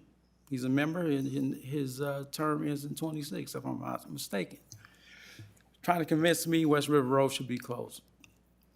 And I'm like, no, just because of what I went through as redlining. So Chris Myers came to me and was saying that it should close. And I'm like, why? And I'm like, what needs to happen is the bikers need to slow down on the pass to 10 miles an hour instead of going 20, 25 miles an hour. So then his response was, as he's saying this to a black man, a white man saying this to me, that do I want to marginalize or disenfranchise? I want to use the right words. Do I want to disenfranchise black kids because those are the ones who are riding their scooters? Yes, you did. Wow. So with that being said, for me, this is all against the core values of this board, our values. It's modern day redlining. And the narrative that's being portrayed is it's going to revitalize downtown, right? So with that being said, you know, if we're going to try to revitalize downtown, okay, that's not downtown. What is downtown is Commons Park, which is on 4th Street between Park and Chicago. You have light rail. It's already, the infrastructure is already there because that's ground zero for the protests for ICE. I've been there, okay? So instead of closing West River Road and utilizing, and we should utilize that park if this is truly about revitalizing downtown. Thank you, Commissioner Rucker. But I'm not done. I'm sorry, but we have the rules around time. You will be able to speak a second time. Oh, I will. I'll be back. Well, and any further discussion? Oh, Commissioner Benny. Point of information, I wonder if it makes sense if Your mic. Yep, all right, I didn't see which one was going first, do an amendment. Okay, Vice President Deshpande. Thank you, President Olson. So, however many weeks ago now, I was hearing a lot of the feedback that all of you have brought up. And so I worked with Commissioner Forney to try to come up with something that was a little bit simpler, a little bit scaled down, and address some of the main points that a lot of you have brought up. And I've had a number of conversations with you since. I'm not going to name names, but I've spoken with a lot of folks. And I take that as a point of pride because I really want to make sure that we're listening to everybody and that we're trying to incorporate feedback. From my perspective, I do see this as about economic revitalization because we have great assets on the riverfront and our downtown is suffering, our tax base is suffering, and that's hurting the entire city. And so I do see us being able to contribute to improving the state of this city 2 times a month per existing policy. I've since made a few more edits. That's cleaning up a number of other issues. So I think, if we were to move forward with this, there's a couple of things I'm thinking. One is I would like the newly revised version of the resolution that I submitted to be the one that goes forward. I'm also very open to, and having heard from all of you today, the bringing in more community input, which is what Commissioners Rucker and Abene have proposed too. I think those things are complementary and they work together along with the revised proposal that I've presented. Ultimately, we're just trying to get to some level of consensus so that we can move together as a city because we are serving under hard times. Thank you, Commissioner or Vice President Deshpande. Commissioner Abeni. Yes, I'm going to go ahead and move my amendment then. I think we could have that conversation. So on behalf of Commissioner Rucker and me, I would like to move an amendment for discussion. Do I have a second? Second. Great. Okay, we are now on to an amendment for the resolution. Is there discussion to the amendment? Yes, I would like to speak to that. So thank you for entertaining this amendment. Commissioner Rucker and I are submitting it because of the significant feedback we're receiving from residents across the city, how frustrated residents are about attempts to close parkways going back at least 10 years, and because there has never been community engagement around this particular proposal. Whereas the downtown riverfront area between 4th Avenue North and 11th Avenue South and Main Street Southeast between Miriam Street and 6th Avenue Southeast are part of the Central Mississippi Riverfront Regional Park, that's the CMRRP, whereas the evolution of the CMRRP, that's the name of the park, is guided by a long-range plan adopted by the Board of Commissioners as part of a resolution which would need to be filled in here, which approved the long-range plan for this park. Whereas the Minneapolis Park and Recreation Board formed a community advisory committee at the onset of the CMRRP planning process to inform the development of the plan and ensure the community would be engaged in important long-term decisions and strategies for the park. Whereas the first guiding principle of the CMRRP long-range plan is to, quote, connect people to the river by foot, bicycle, transit, boat, and private vehicle. Whereas the adopted CMRRP plan does not call for increasing the frequency of parkway closures for special events, the development of a toolkit to install permanent infrastructure to close parkways, or the creation of a pilot program to close parkways to private vehicles. Whereas the CMRRP plan found, based on 2010 census block data, that although 83% of visitors to the park are white, 35% of the population living within driving distance of the park are communities of color, whereas a Metropolitan Council study called Regional Park Use Among Select Communities of Color that was used to inform the development of the CMRRP plan recommended that greater inclusion efforts should prioritize, quote, amenities suited for the aging population and those with limited mobility. Resolved that the Board of Commissioners directs the superintendent to engage a Community Advisory Committee, CAC, as part of the reinitiation of the toolkit and before the implementation of any pilot that closes CMRRP parkways or park roads, and be it further resolved that the CAC has membership balanced to reflect the age and racial demographics updated to the 2020 census block data identified in the CMRRP plan, especially as it pertains to communities of color within driving distance to the CMRRP. Okay. Is there a discussion to the amendment? I didn't see who was first. Commissioner Engelhardt. Yeah, I think these might be questions more so for staff. Is it accurate to say that a pilot project, and maybe this is for Assistant Superintendent Schrader, I'm not sure what relevant staff, but I believe it's accurate to say that a pilot project, the purpose of it is to get community engagement while it's actively out there. And I guess the question is, what is the current cost of installing gates that can be opened and closed for emergency vehicles or for whatever reason? And then what is the cost of the temporary closures that do go up for events? And, you know, comparing that to long range, over time would be theoretically a savings.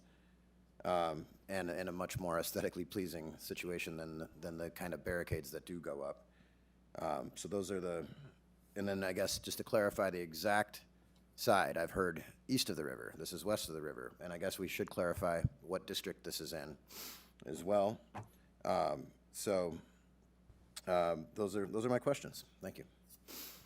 President Olson and Commissioner Engelhardt, I hope I can get the questions correct here. The intent of the pilot project was to do a demonstration project, essentially, where we could do a more quantitative analysis of things happening during a temporary closure of the parkway for an event, and as a part of that, do engagement with people who were showing up for the event. We didn't do any engagement, as I think might have been noted either in this meeting or the last meeting, when we closed the parkways for COVID. We were struggling to keep up with conditions that we had never faced before, and engagement around that wasn't happening, and would have been difficult because of our lack of understanding of how we do engagement during a pandemic. We know more about how we do that now, and in fact we've expanded engagement activities significantly. The pilot project wouldn't be the only opportunity for engagement. We would want to, and as we would be doing for the mall project, provide a work plan demonstrating for commissioners how we would move through it, including the level of engagement we would do. And we would do that by now reassessing a community engagement plan that we would have started as a part of the, at the time, Parked Way toolkit. It changed names during the process. So in the reinitiation, we'd be going back and evaluating a lot of those things that we looked at before. I think the second point was the cost of these, the proposed closures and probably the operation of those closures. I think our initial understanding was that they might be less expensive to operationalize, more expensive on the capital side, but I think we would want to go back and re-verify that. When the work on this project was suspended, there were a number of points brought up that I think are worth bringing into the conversation that maybe weren't as dominant in the conversation when we were first going through it, and particularly around safety and security during events. I think when we look at this, the work that we have remaining to do to bring something forward is significant because of the new questions that have been raised around it. And I wish I had a better answer on the questions related to the actual cost, but we're getting to those. We don't have them yet. Do we have the cost of the temporary barriers? President Olson, Commissioner Engelhardt, we could probably get that to you. I don't have it for you tonight. Commissioner Abeni, Commissioner Engelhardt, I'll note your light is still on. Commissioner Abeni, to the amendment? Oh, okay. I'll speak to the amendment. I think as we heard here, and we've heard expressed from a lot of folks that there is a lot of desire for more information, for more understanding of what this kind of thing would look like and what it would be. And the very intention of a pilot process is to answer those questions. I have some of those very same questions. And this is a temporary thing, and so we will be doing engagement. We will, be reaching out to community throughout this process. I do not think we need a full CAC process for this, as we are not making permanent closures, closure of the West River Parkway. We're not making permanent changes to the way that the park is designed, and so I don't think it rises to that level. This is a kind of I would say, a moderate proposal and a kind of a small aspect of looking at, as we're doing, as Assistant Superintendent Schrader said, of trying to kind of actually have that quantitative and actually have that data that we weren't able to capture during the COVID pandemic. So this is one step in the process. We'll see where it takes us, and there'll be plenty of time for input and engagement and talk moving forward. I think for folks who are, adamant that this will be a very bad thing, if we do this pilot, then that could prove to be true, and we will see that. I happen to have different beliefs, and sometimes when we have these disagreements and separation in vision, what we must do is we must actually implement these things and see it in reality, and then we can have a shared experience and shared data and a shared understanding to move forward. So that's why I'll be voting no on this amendment, and Commissioner Abeni for the second time. Yeah, I do really think, though, I think it would be very unfortunate, especially given the forceful way this board really said that the last CAC was so important and we should honor it for the mall, but now you're saying, we are hearing so much from the community about how this feels like a low trust issue and it doesn't feel like an innocent pilot. I want you to hear that. I really do. So there's also a really great letter that came in. It's in open time in the comments, but it's on your table here from the city council members Vitaw, Warren, and Rainville. They actually speak to the idea of maybe looking at something on Main Street, which is part of what's in the current resolution, but saying let's engage with the community over there and the business community. So I think there are pathways forward, but this doesn't feel good to the community. I can't express enough to the other commissioners just how loud we're hearing from the community that they don't want this. The other thing is the previous amendment from Commissioners Forney and Vice President Deshpande, I appreciated that they took out references to weekends and holidays. So again, this feels like much, much more than just an innocent pilot. So please support the community engagement now, since this has never been discussed at this location and the community is very concerned. Commissioner Garcia. Thank you, President Olson. We've talked a lot about the topic of safety and things like that.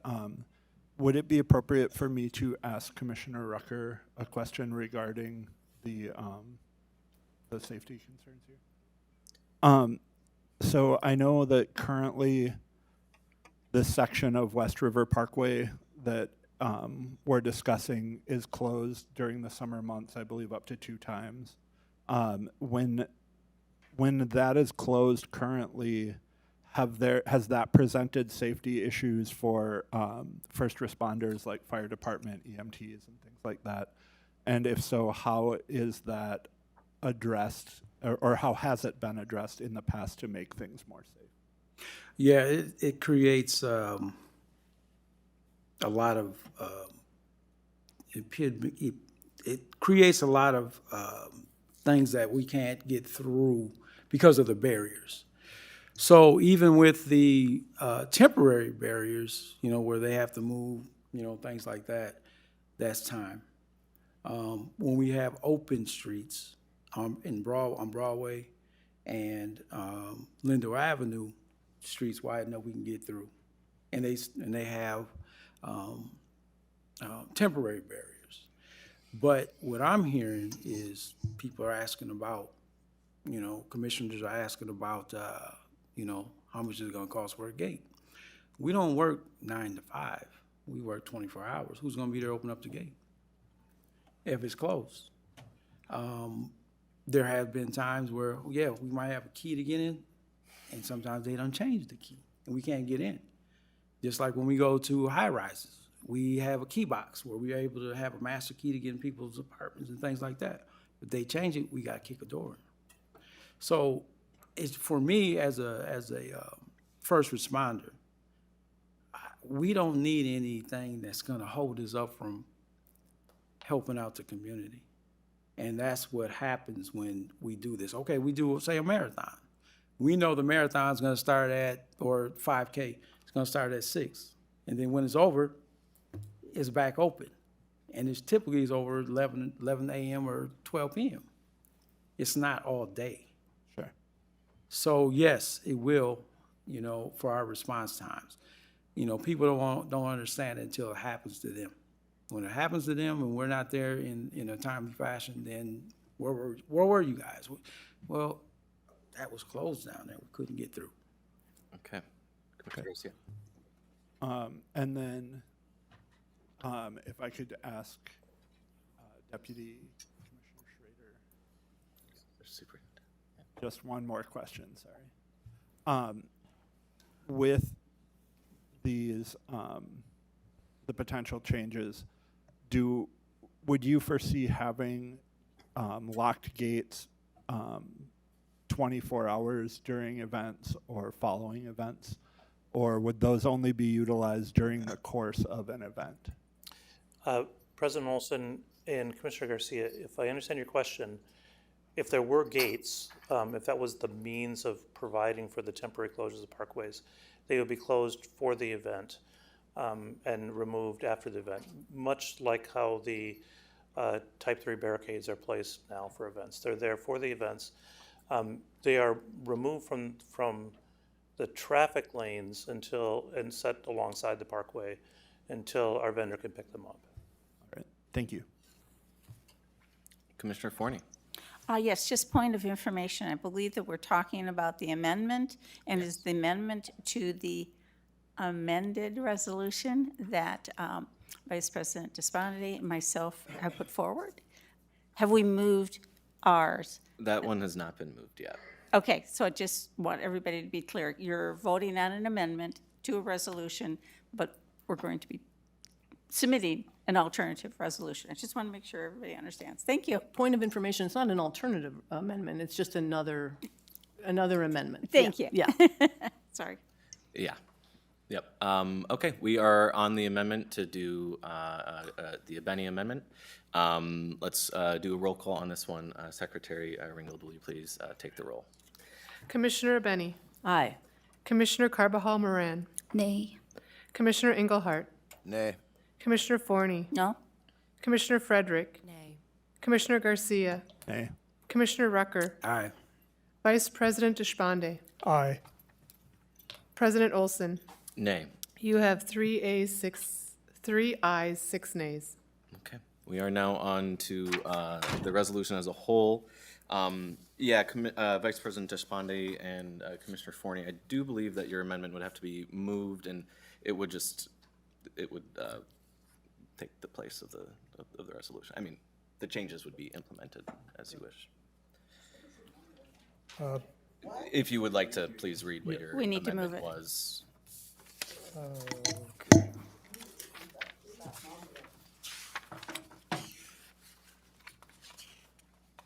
Sorry, I'm just looking for the full title here. Well, so it was submitted ahead of time, and so it is up there. I believe, no, that is not it. Perhaps it would maybe just be easier if you could describe the specific changes. Yeah. Oh, we've got it. Oh, this is missing some, this is missing the title. I think the title is. See if I can cut off a page. Well, I can just go off of general memory. The main changes are in the previous version that we passed out of the planning committee, a lot of the directive and additional information that we provided was put into the title. So what I did was remove that from the title and make it into a resolve clause so that it's more specific for the staff and they understand the actual work that's being done, and it's better for the historical record too. I made a number of grammatical fixes and other typo corrections, and that was really the big bulk of the change. Okay. Discussion to the amendment, which. I'm going to second that. Oh, thank you, Commissioner Forney. Commissioner Rucker, this is to the amendment to the resolution, just implementing some of the title changes into a resolved clause so they are more actionable. Yeah, like I was saying, it's being framed as revitalizing downtown, okay? The reason why taxes went down in downtown is because of COVID, and it's commercial space. People moved out. People started working from home. So that tax base went down. So from that, what I would propose, I don't know if you guys thought about it, but like I said, Commons Park. You can utilize that area for gathering space, food trucks, maybe concerts, coordinate with US Bank Stadium, coordinate with the Armory that's right there. You have restaurants, you have townhomes, you have the infrastructure to bring money in that area, not West River Road. Because West River Road, I just wish everybody would, I don't know if everybody's born and raised when in Minneapolis, like when I was. And for me, President Olson, I do know what it looks like when you shut people out, because black people weren't able to go to a lot of places. Right. So with that being said, I have seen it, I have lived it, right? So with that being said, it's just, for me, it's just disappointing that we're all coming together for ICE, okay? We all are. I was just at a park with Commissioner Frederick on Sunday because ICE was there. I got a call. I went down as the commissioner in that area to be an observer. We all need to come together at this point. We're coming together for one situation, and this is, as you can see, it's harmful to a lot of people. And we shouldn't be going through anything like that. For me, it's just, I'm just wondering when we're gonna have a resolution come up where this is gonna be a sundown town for certain people. That it's not able to go to parks and on parkways. This is for all. We gonna have resolutions where it says colored only and white only? What are we gonna do? What are we doing here? You know, and it's just hurtful for me because I lived it. I lived it. And I'm sure, I can't say how people, you know, live their life, but I know for a fact, it's not misinformation, how I lived. And this is all this is gonna bring back to, it's bringing harmful, it's bringing, you know, harmful feelings, trauma to the black community. Because we're going back through what we went through back in the 70s. And now 2026, I'm not gonna be able to bring my grandkids down Westwood Road in a car? We gotta do better. You know, you marginalize the only black person up here, right? From voting on stuff. And then you gonna put the black superintendent in a position to do your dirty work. That's not right. That's not right. Thanks, Commissioner Rucker. And happy Black History Month. Yeah, right. Okay. To the amendment, any further discussion on the amendment? Commissioner Benny. I'm not sure if this question, thank you, President Olson, I'm not sure if this question belongs now or in the amendment discussion or in the resolution discussion, but I'm under Assistant Superintendent Schroeder. Notice how I said that correctly. What are the requirements of Park Board ordinance on community engagement for something like this? In the ordinance, is there something that we should be thinking about? President Olson and Commissioner Betty, this may not rise to the level of. Well, let me start over. Whenever we do a capital project, we would do some level of engagement, and with that, we'd create a community engagement plan. Mm-hmm. We'd be looking at the community engagement policy to see what level of engagement we would need. We haven't gone through that process again since we started. Since this work was suspended, and I think we would want to revisit that because of the new directives that are being asked of us, and new investigations we're being asked of. So I think that this would require perhaps more robust engagement than we might have imagined when we first initiated this, and we would bring forward to you through the P's and C's, like we usually do, a community engagement plan related to this particular effort. Is that a fair enough response, or did you have something in particular?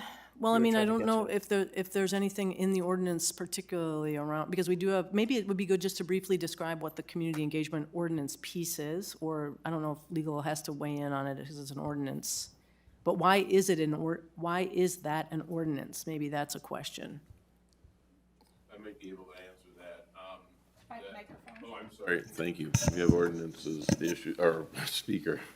Oh, I also see Secretary Ringgold's light. Is that for later? Thank you, President Olson. I was going to let Council Rice go first while I looked up the ordinance, and then I can fill in. Thank you, Secretary Ringgold.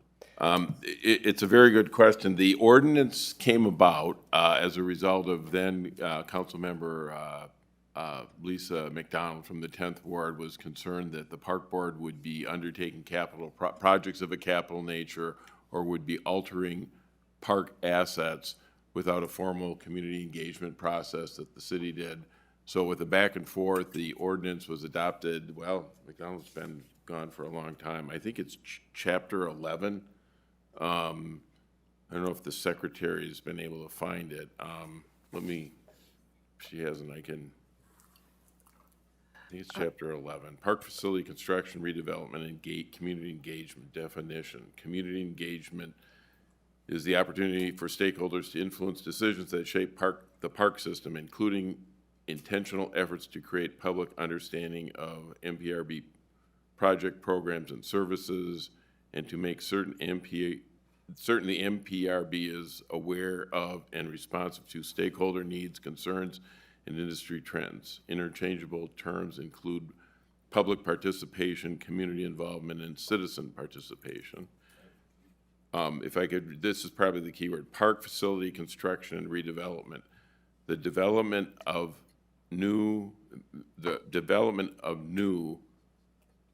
or redevelopment of existing facilities as approved and budgeted in the capital improvement program for the Minneapolis Park and Recreation Board, including construction and redevelopment of facilities approved and budgeted through third-party agreements.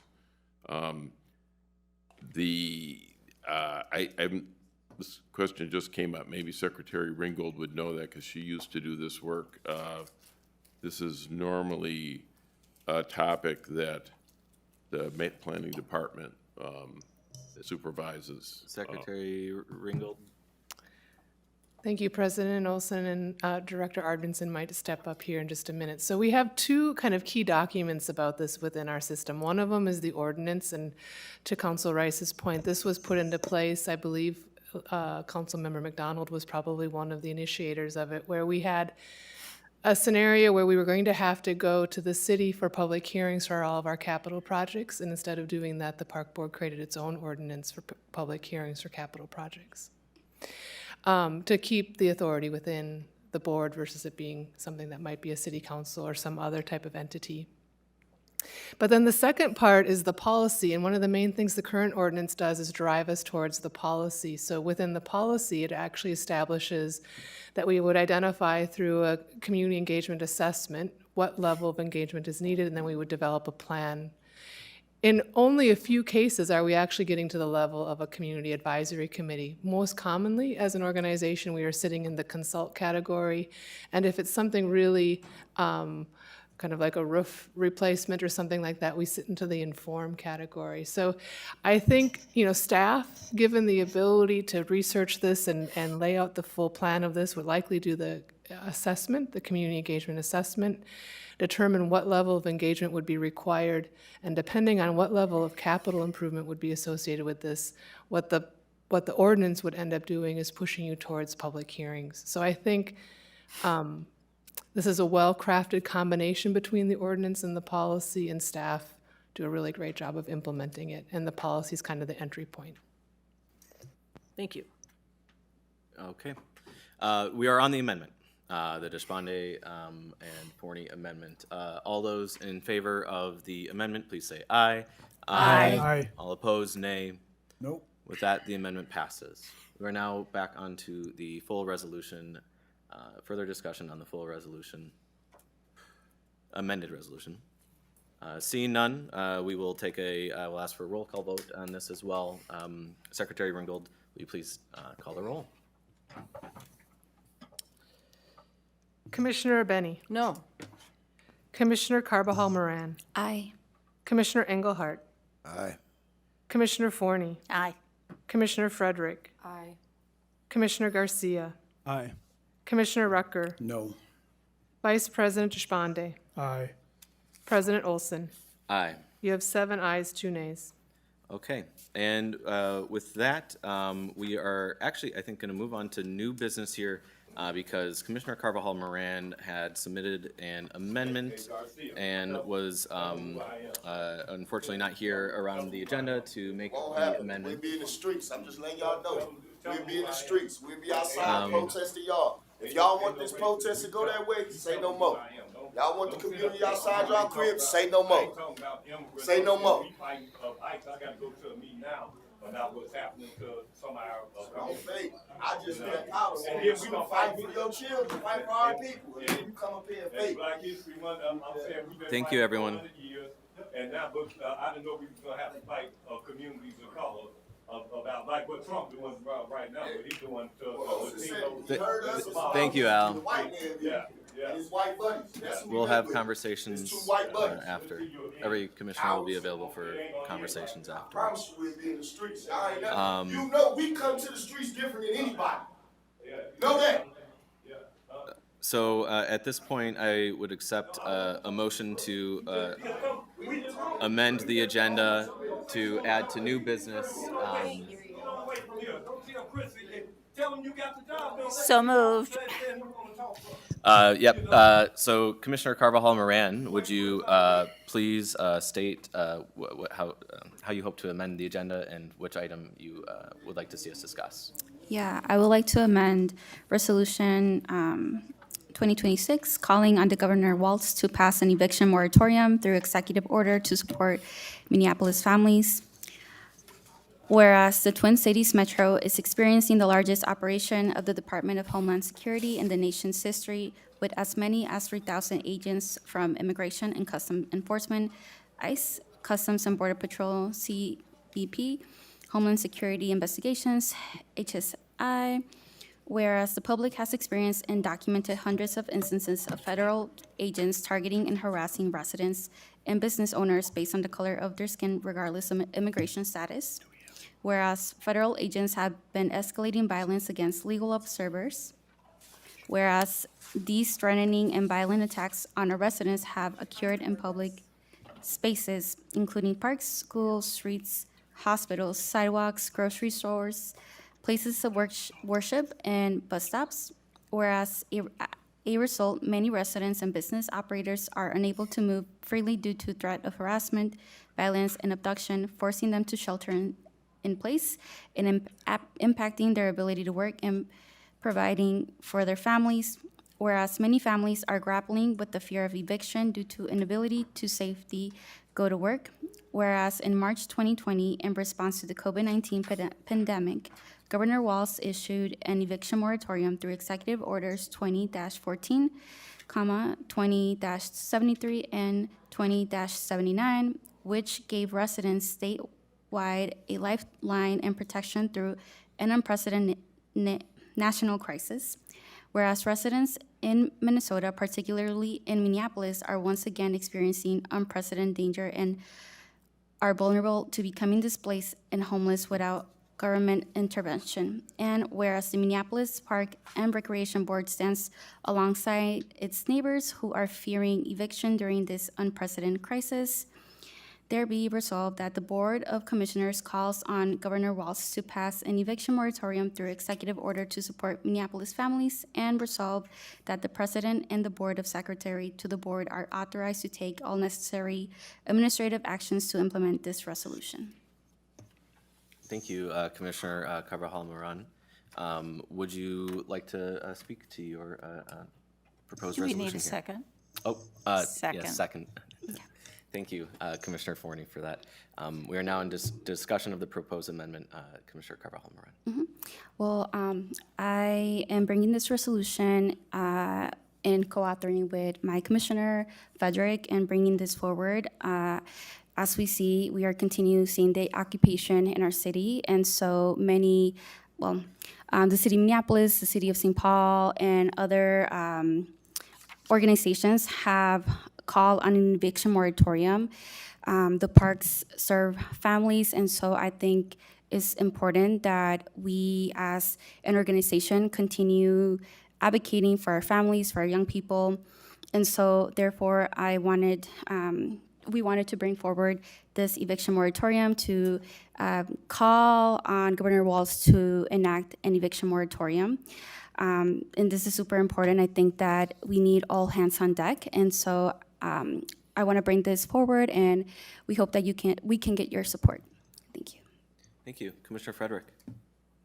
Yeah, thank you, President Olson. I'm proud to bring this resolution forward with Commissioner Carvajal-Moran as it meets the moment that we're in that you spoke to.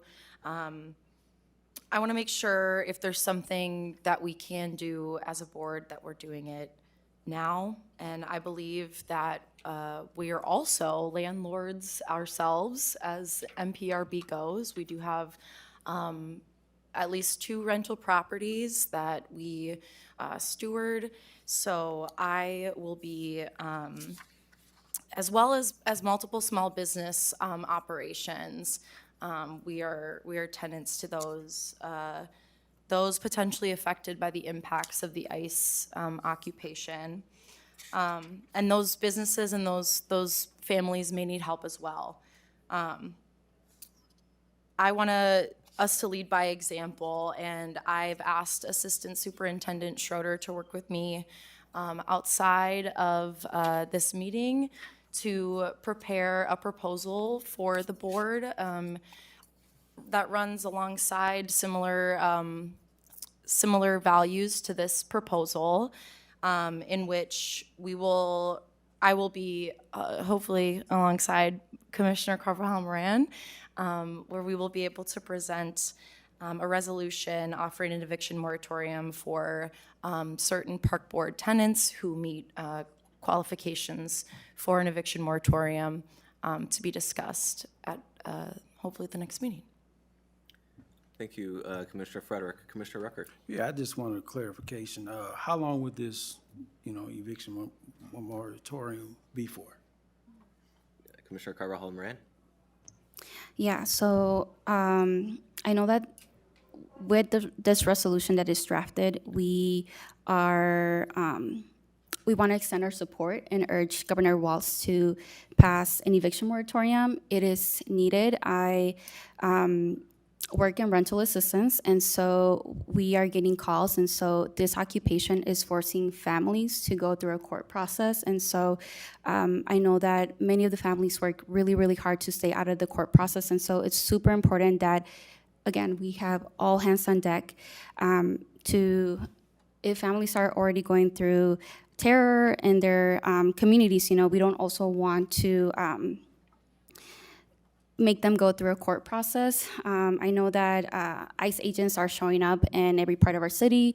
That's including Hennepin County as well. And so, again, it's more like a call and also making sure that the park board is extending that support and urging Governor Walz to enact this eviction moratorium.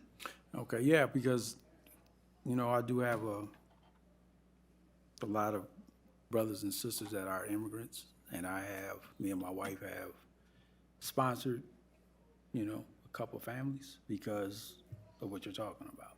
So I just wanted to know how long, it would be for, and at the end of this, whenever it expires, is the landlord's gonna be made whole after this, or how would that work? I know that many government entities are also calling on rental assistance. I know for this resolution does not call on rental assistance, but the city of Minneapolis and also the city of St. Paul have been calling on rental assistance. I know that at the moment there's not enough funding.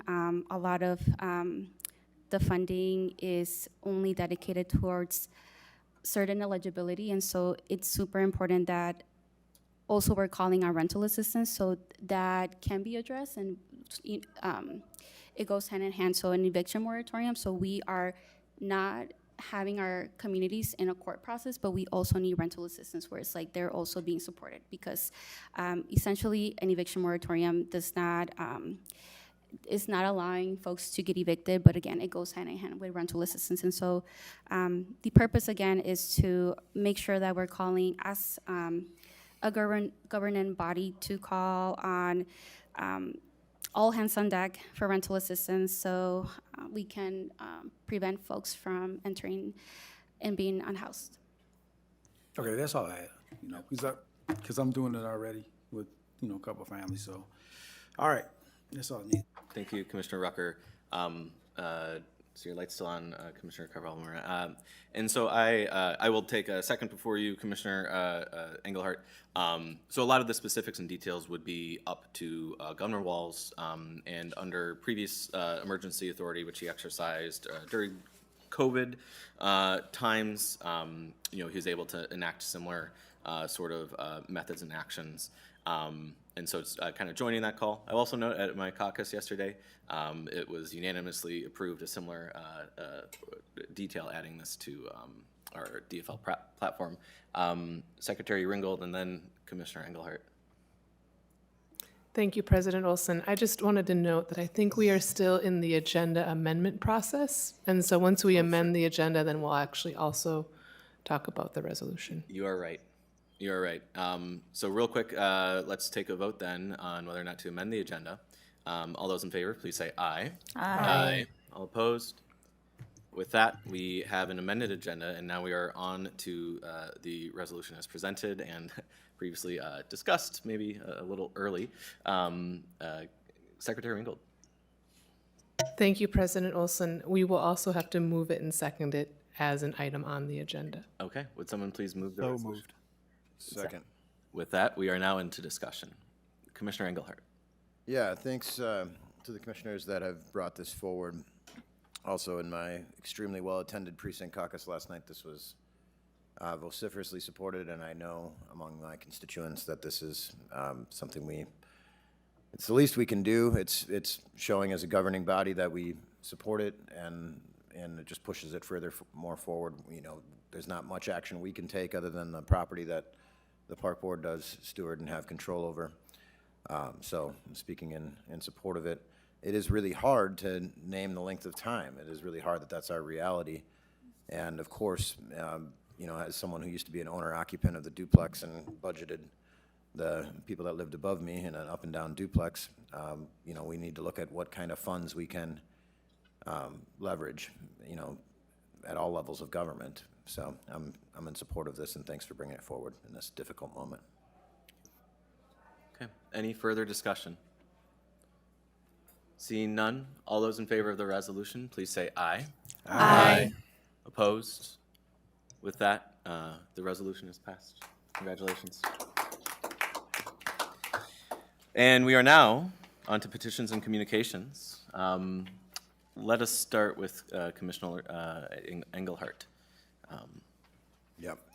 Minneapolis, I love you. I love the way you're showing up in this really ridiculous time. We've referenced it as a federal occupation, and I hope we are as united as you know, as people are claiming to be. And an injury to one is an injury to all. No one's free until we're all free, right?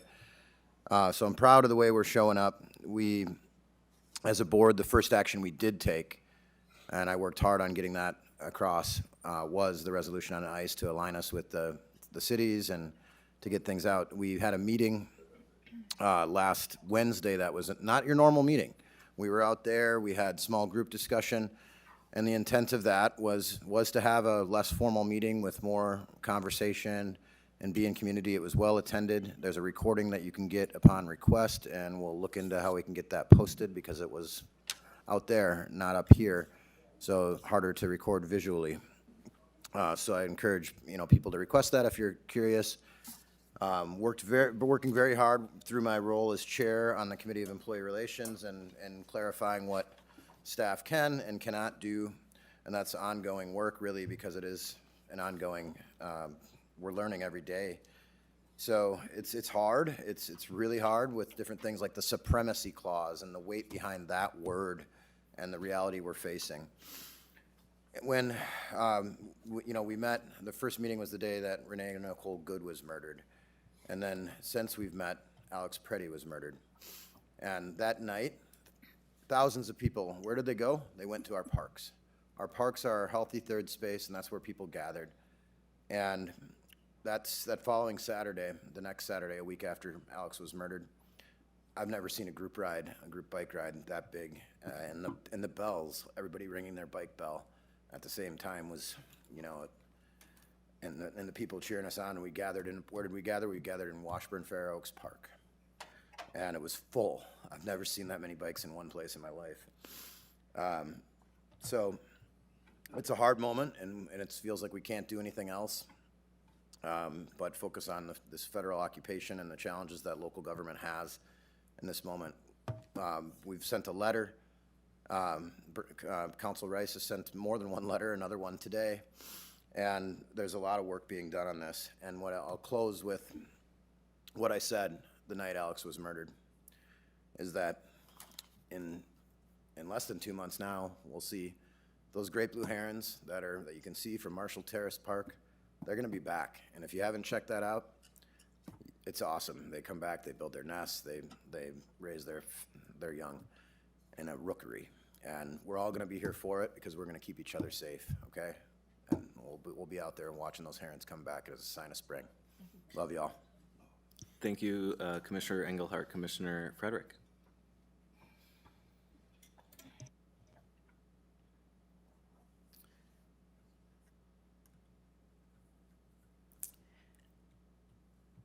I noticed I'd like to speak to lot of the folks who came today to speak, and sometimes I wish that we had the opportunity to respond in the moment, given that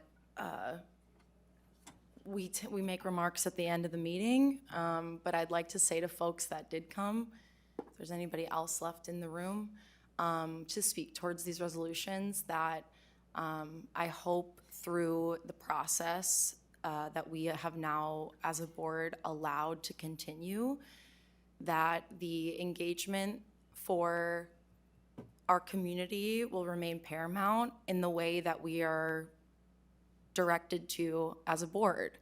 I believe in quality communication and consistent quality communication, and I hope that if those folks that are no longer here listen to, you know, the remainder of the meeting, can understand the process through which this proposal has come up, and continue to understand the level of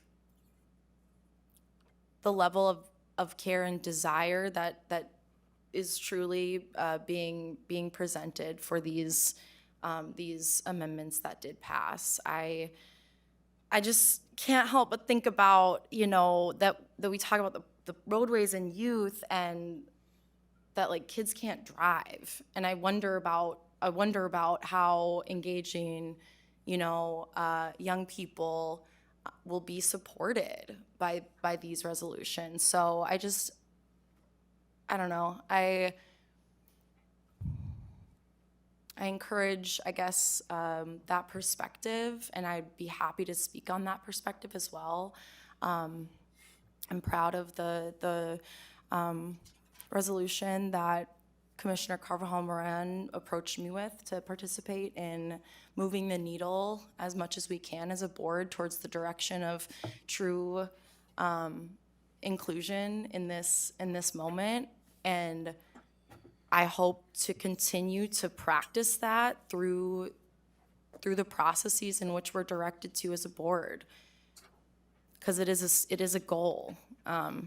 And yeah, I also want to say I apologize to Commissioner Moran for having to hear public comment that we all heard as incredibly offensive in this moment. And I hope that we can learn from that as a group and continue to support each other, and truly authentically think about what that support looks like. Commissioner Rucker. Pass. Commissioner Vice President Tismonde. You know, despite the times, I felt like it's important to always keep learning and keep talking to folks. So last week, I went back home to Chicago for the Illinois Association of Park Districts Conference, which is called Soaring to New Heights. It's a huge conference. It's 4,300 attendees, which, to put that in perspective, is larger than the conferences of California, Texas, and Florida combined. And the reason for that is because Illinois has 350 elected park districts. So there's a phenomenal amount of electoral advocacy for green spaces and recreation. And going to that conference, I learned a lot. The number of sessions, it was like a kid in a candy store. You had to really make difficult choices about which ones to go to.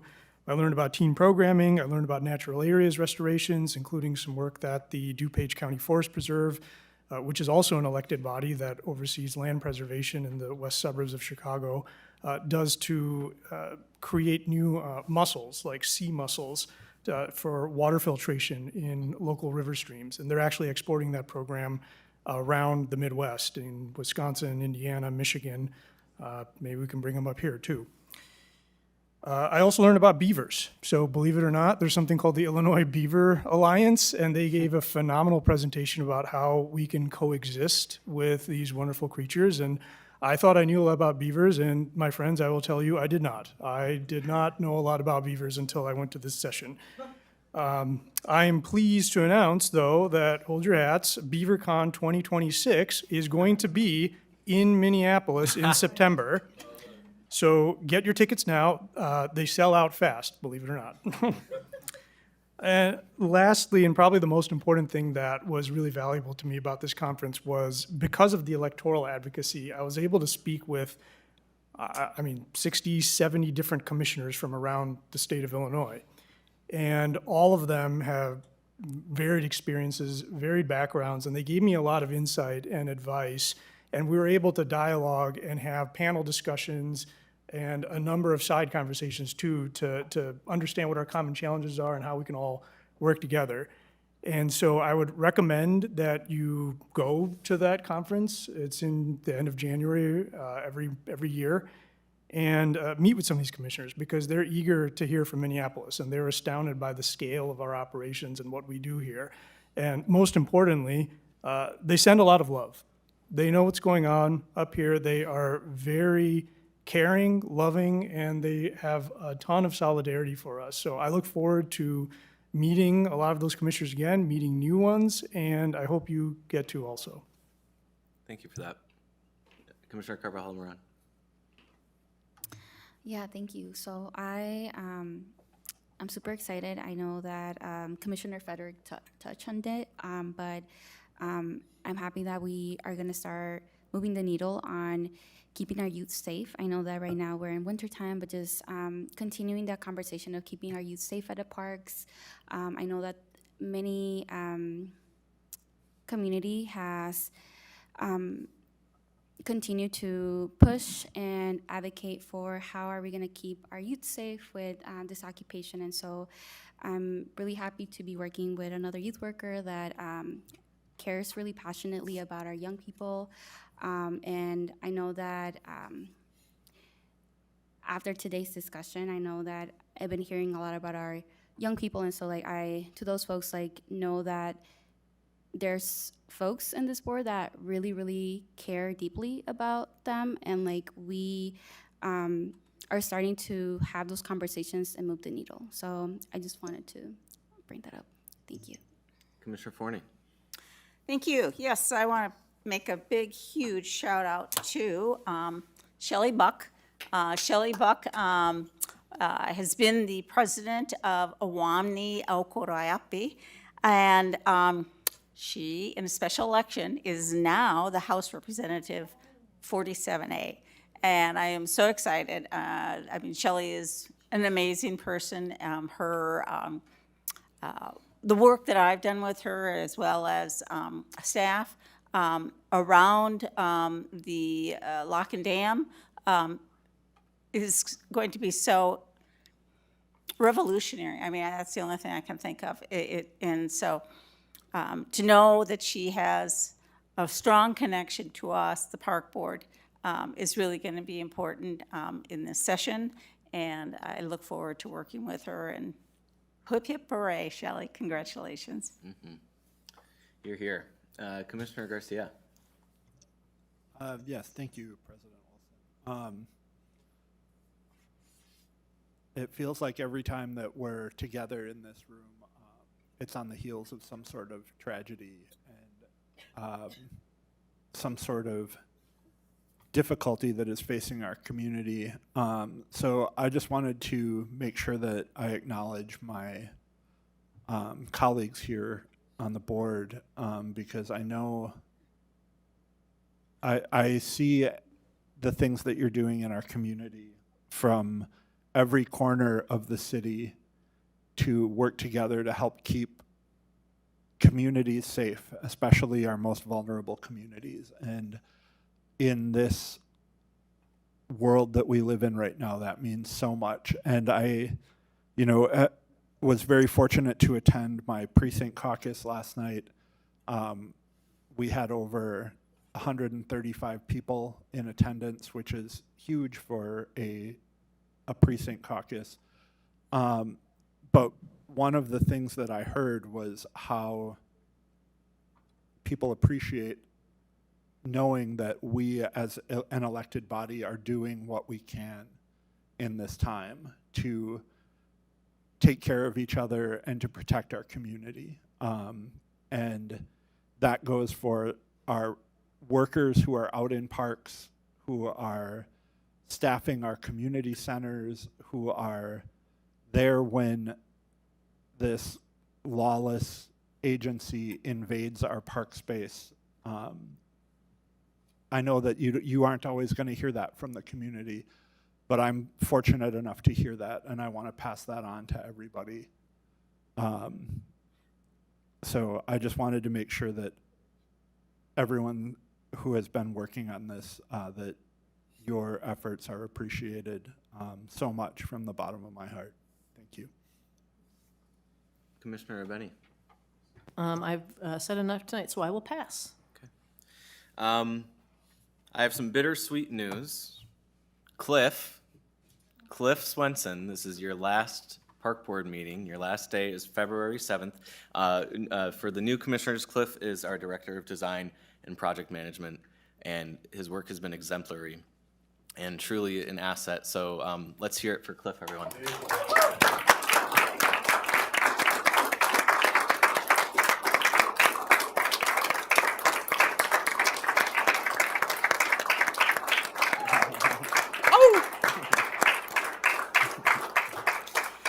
I don't know why you'd ever want to leave us.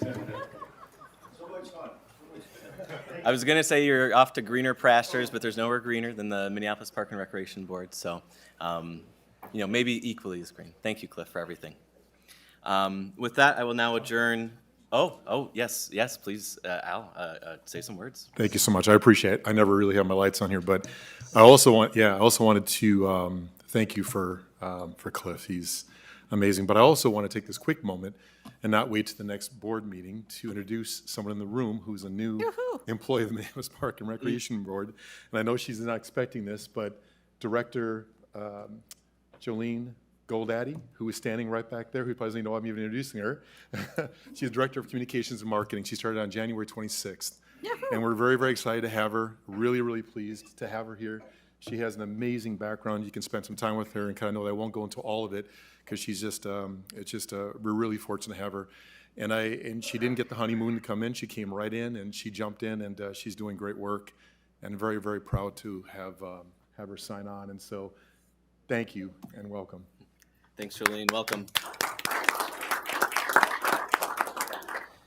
With that, I will adjourn the full board. On to the next. Here at 7:57, I would like to convene the Administration and Finance Committee. Secretary Ringel, will you please call the roll? Vice President Deshpande. Here. Commissioner Engelhardt.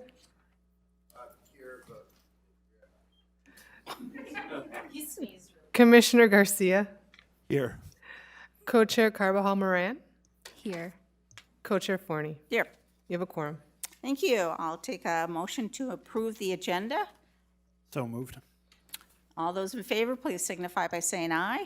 Aye. Opposed?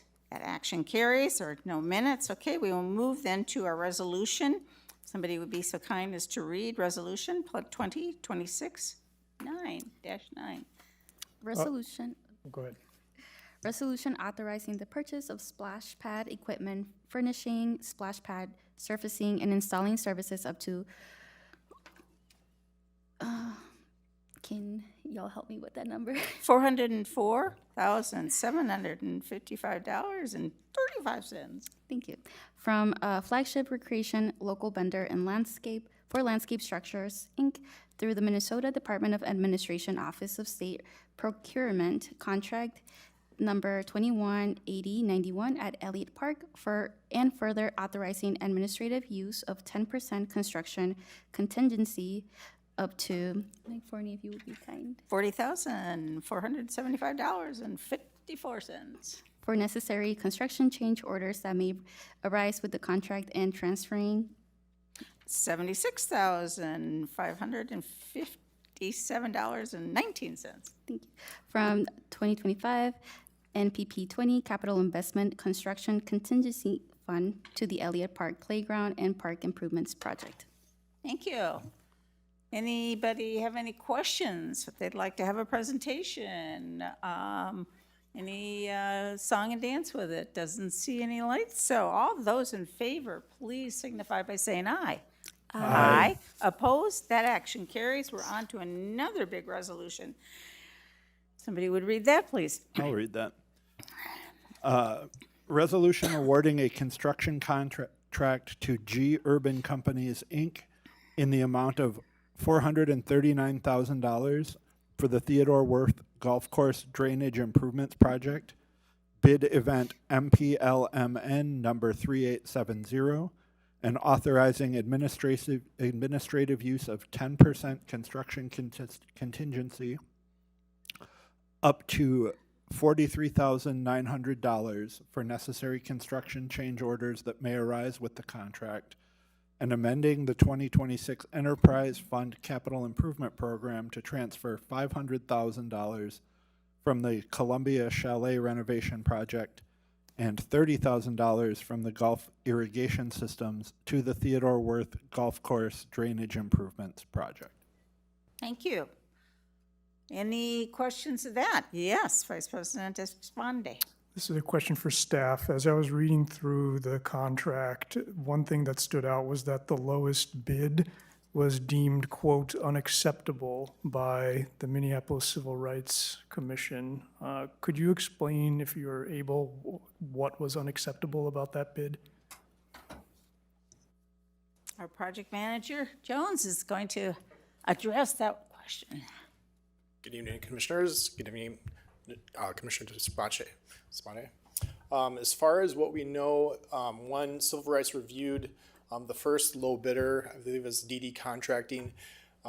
They did not provide the acceptable documentation for the SUBP goals. So going through that paperwork, they were not able to prove that they met the goals that were needed for this project. Thank you.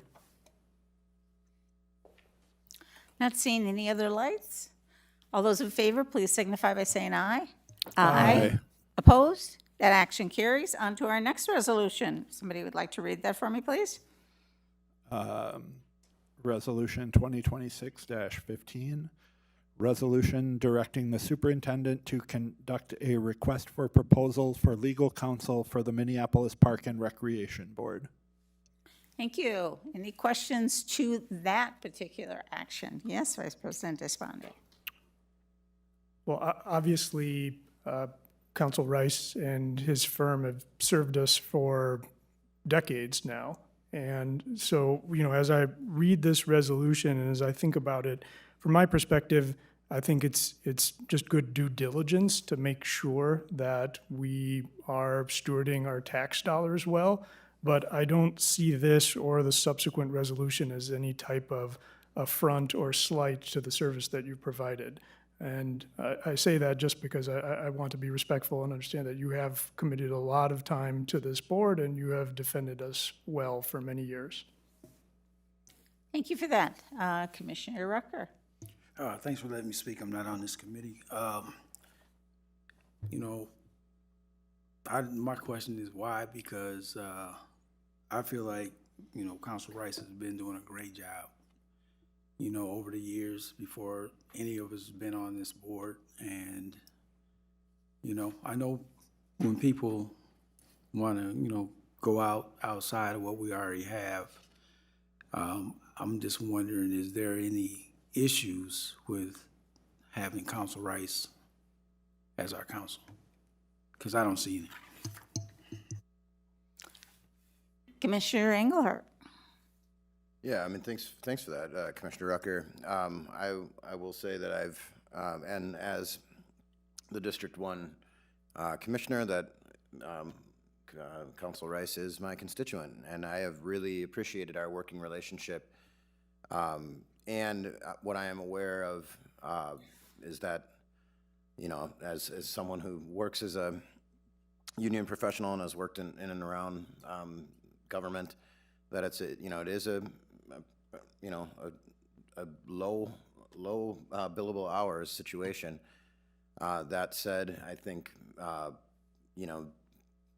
just looking at what cost and having options and being transparent is good governance. That's something that was talked about on the campaign trail. I am concerned about efforts, but that seems to like the effort to qualify, put out the information on the RFP itself, and the time that we're in, and being able to focus on the legal action that we need to take against this federal occupation. Some of that has been, taken care of in other conversation. It sounds like that wouldn't be put on our council in terms of the time and effort to qualify the information. So that said, yeah, I've appreciated the working relationship very much with Council Rice. But, transparency and putting it out there is definitely not a bad thing. So I think I'll be voting in favor. Thank you. I might have gotten this wrong, but I'm going to go ahead with co-chair Carval Moran. Thank you, Chair Forney. So, yeah, I will also be voting in favor of this resolution. I think that echoing what my fellow commissioners Engelhardt and Deshpande have mentioned, I believe that is due diligence in good governance. I know that when we get sworn in, we have the decision to vote for legal counsel. And so some of us are new, and I know that I'm working day to day with Attorney Brian Rice. I know that as a commissioner, I would appreciate even just more time and not necessarily voting on my first day for, again, just coming down to good governance and the due diligence, and so therefore I'll be supporting this resolution. Thank you. Thank you, Commissioner Garcia. Oh, okay, sorry, Commissioner Benny. Thank you, Co-Chair Forney. I'm not on this committee, but I was looking at the whereases, and I appreciate that this is included in here. It talks about how this will be part of the 27-28 budget development process.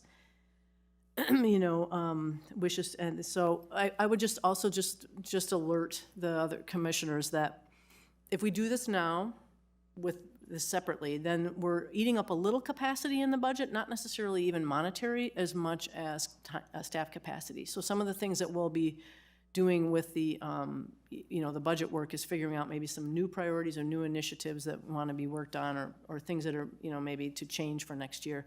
So this is going to be maybe eating up a little bit of that capacity, just putting it out there. It doesn't allow for prioritizing among other things, I'll say, but that's fine. Late. Commissioner Garcia. Thank you, Co-Chair Forney. I just want to make sure that Council Rice and I have spoken regarding these, and I appreciate the opportunity to speak directly. To echo Vice President Deshpande, this isn't a personal matter. The other boards that I've sat on, it was considered good, prudent guidance to routinely seek out requests for proposal for vital services. When I spoke with Secretary Ringgold about this, it had been at least 12 years since this process had gone through, which to me seemed like it made sense that we would have this process so that for the next budgeting process, we would have information that we would be able to deliver that to the superintendent when he is building out his budget and things like that. So I brought this resolution forward. I will support it because I believe that it is one of the responsibilities of the board to make sure that we are proceeding with good governance. Thank you. What everybody else said, I agree. It's been a while since we have done this, and I think it's just the prudent thing to do, and I'm grateful for Commissioner Garcia bringing it forward. So on that, all those in favor of the resolution, please signify by saying aye. Aye. Oppose? That action carries. On to our last resolution. Somebody would... I'll read that one as well. I'm on a roll. Resolution directing the superintendent to conduct a comparative study of providing legal services through an internal staffing model or consultant services for the Minneapolis Park and Recreation Board. Thank you, and I'm sorry, Secretary Ringel, that was Resolution 2026-16, and the prior one has Resolution 2026-15. Okay, any questions, any discussion, any comments on that? Thank you. Commissioner Benny? I'm on the committee, so I don't need to go first, but I guess I will. So thank you. This is, I think it's somewhat related to the last one too, but this one maybe is a little bit more important in some way. I think there's a role for the board here, I would think, because this function reports to the board and not to the superintendent. So I don't know, like if this, especially if this is going to be developed, if there's no model for this right now, I wonder about this being brought back in increments back to the Board of Commissioners for input or something like that. And I mean, maybe, I don't know if that needs an amendment or not. But I do think there's a role for the board on this one. More than the RFP, but that one too. Good insight. Okay, I believe it, Vice President Deshpande. Excuse me. Thank you. I think one thing, as this study is prepared, I would love to see what other jurisdictions do. And again, having just come from Illinois, the park districts there almost universally use outside counsel. And I didn't hear of a single one that brought anything in-house. Granted, our scale is larger, but there are a number of independent park districts that approach the size of Minneapolis, and there are also forest preserves that exceed the size of Minneapolis. And so, as the study's prepared, I would love to see what other jurisdictions do. Thank you. Commissioner Engelhardt. Yeah, I think that what we just passed and this are obviously quite connected. Just want to name that through the Committee of Employee Relations, we will be moving through looking at effectively in-house labor relations and then employing someone in-house for that piece of it. So that is getting a little bit to the incremental and just looking at exactly, what pieces of the legal services there are. I do believe that the labor relations side is best handled in-house, and that seems to be resonant with both Secretary and Deputy Superintendent and Superintendent Bangora and Council Rice. I see that as a best practice, so I just wanted to name that piece of legal services in the realm of the incremental that is going to be moving through the CER as we approach budgeting and other aspects of this work. Thank you. Thank you. I know this has been a conversation at different points in times and everything, and I just, want to make sure that when we do go about this process to really take into consideration what the potential liabilities are to it. And so the pros and the cons, I hope will be, brought forward because this is a uniquely different thing than what we have been doing historically.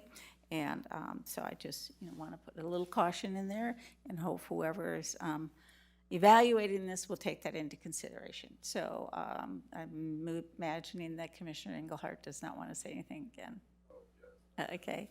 So all those in favor of the motion, please signify by saying aye. Aye. Opposed? That action carries. And at 8:13, I am adjourning the Administration and Finance Committee. At 8:13, I will convene the meeting of the Planning Committee. Secretary Ringgold, can I have you call the roll? Commissioner Carbajal Moran. Present. Vice President Deshpande. Here. Commissioner Engelhardt. Here. Vice Chair Forney. Here. Chair Garcia. Here. You have a quorum. I'll move the approval of the agenda. Right. Those in favor of the agenda, please signify by saying aye. Aye. Aye. Opposed? That motion passes. We have an agenda. Looks like we do not have minutes to approve. So that moves us on to our action items. I'll move Resolution 2026-11, resolution amending the Above the Falls Regional Park Plan for a minor boundary adjustment. All Right, is there any discussion on that item? Commissioner Engelhardt. Yeah, just what is the minor boundary adjustment?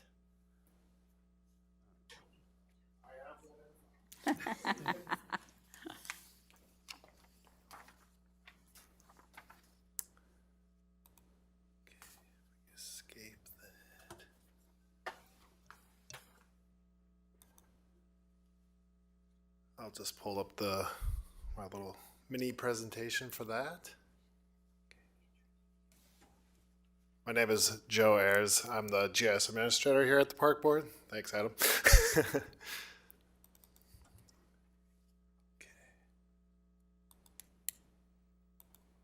I just wanted to kind of quickly go over what GIS at the MPRB looks like.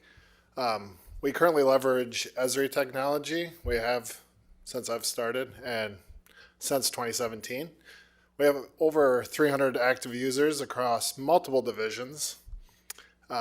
It is the backbone of our asset management system, and we have mapped over 7,000 acres of land and water system-wide. And it is the base of every long-range plan document, and that's why we're here today. MPRB's mapping relationship with Met Council, that's where I come in. I served as the representative for the GIS Improvement Project, and I do annually submit MPRB's regional park boundaries to Met Council, just to align with the 2050 Regional Park and Trails Policy Plan, and I also participate in the modernizing mapping policy to easily allow for minor adjustments like this to approve plan boundaries in GIS with your support. And this is Above the Falls Regional Park, adopted in 2019. This is the snapshot of the area of the amendment along 28th Avenue North and Pacific Street. What this amendment does is avoids an unnecessary split along Pacific Street. When GIS was implemented for these boundaries, the scale of this above the falls, when you start zooming in on these plan boundaries, you realize that the intention was to encapsulate this parcel, and when you're at a river, like citywide scale, it doesn't look that way. So when you start zooming in, you're like, oh, this is out of line. So this amendment is just a minor adjustment of the boundary to the parcel line as I believe intended, and Adam would agree with that. That's the whole purpose of the amendment, just to keep a transparency with the amendment. And I'll go to the next slide here, and I'll go back to the map. It was discovered during that GIS modernization portion, and this amendment must come before you because you need board support to amend any regional park boundary with Met Council, and this allows the MPRB to be eligible to require the full parcel if we do desire to do that.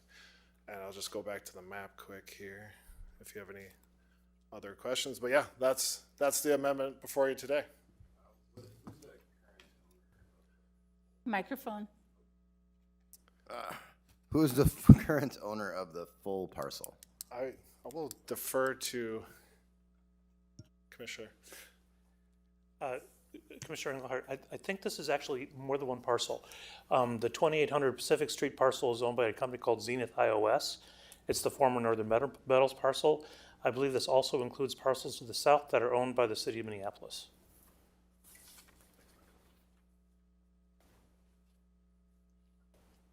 Thank you. Yes. Any further discussion?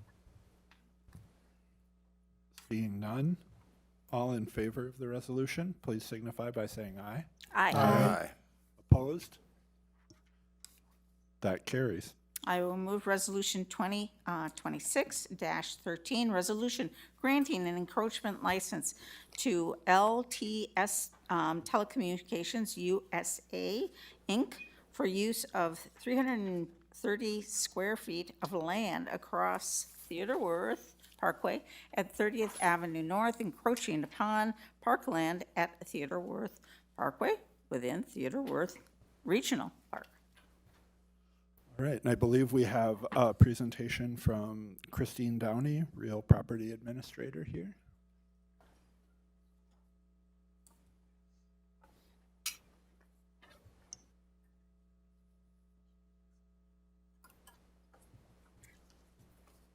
Good evening. I do have a very brief presentation.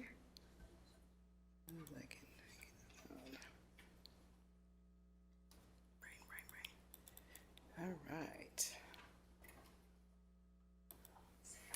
So this resolution involves an encroachment license for a telecommunications company.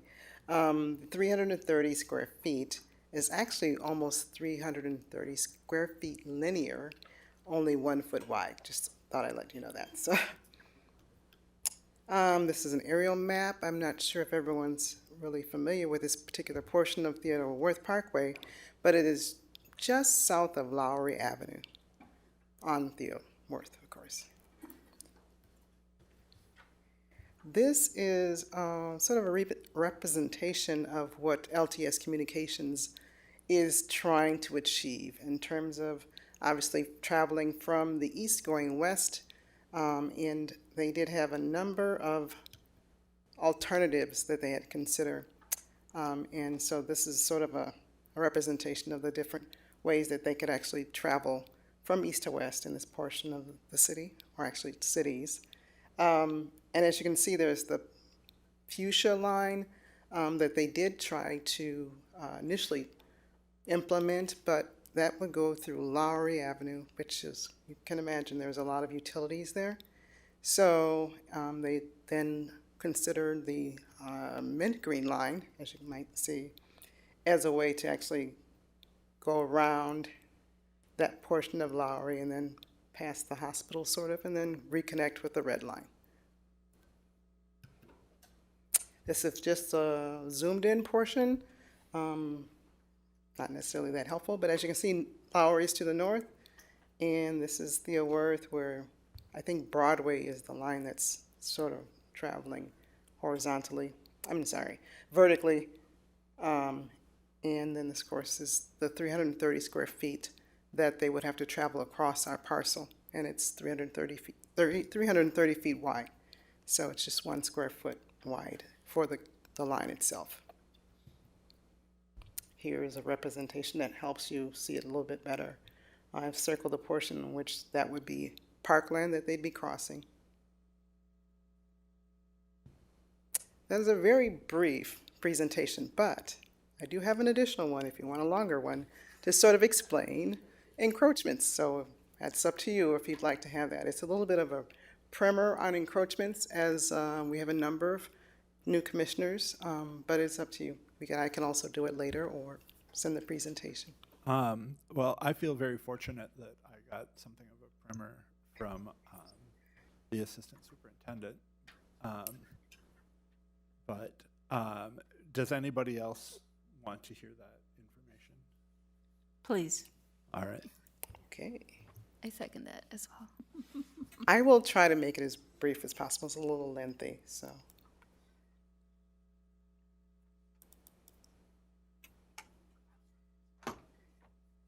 So I have started off by just, we're going to talk primarily about encroachment licenses and their application.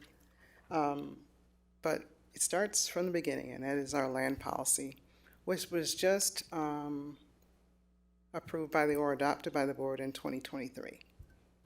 So on the land policy, there are 6 guiding principles that are listed in the land policy.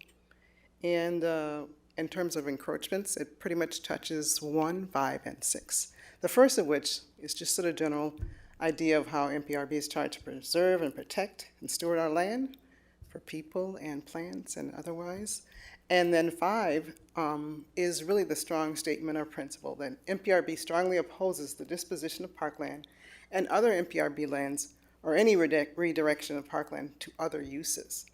And the last, of course, all encroachments on land should possess, and shall, I'm sorry, not should, shall possess a valid encroachment license approved by the Board of Commissioners, and all licenses shall be revocable by the Board of Commissioners.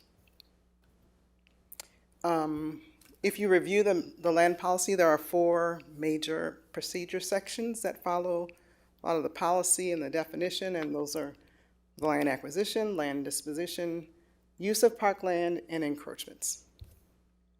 Very large section. This is a really lengthy definition, so you can kind of read it. I won't read it out loud, of course.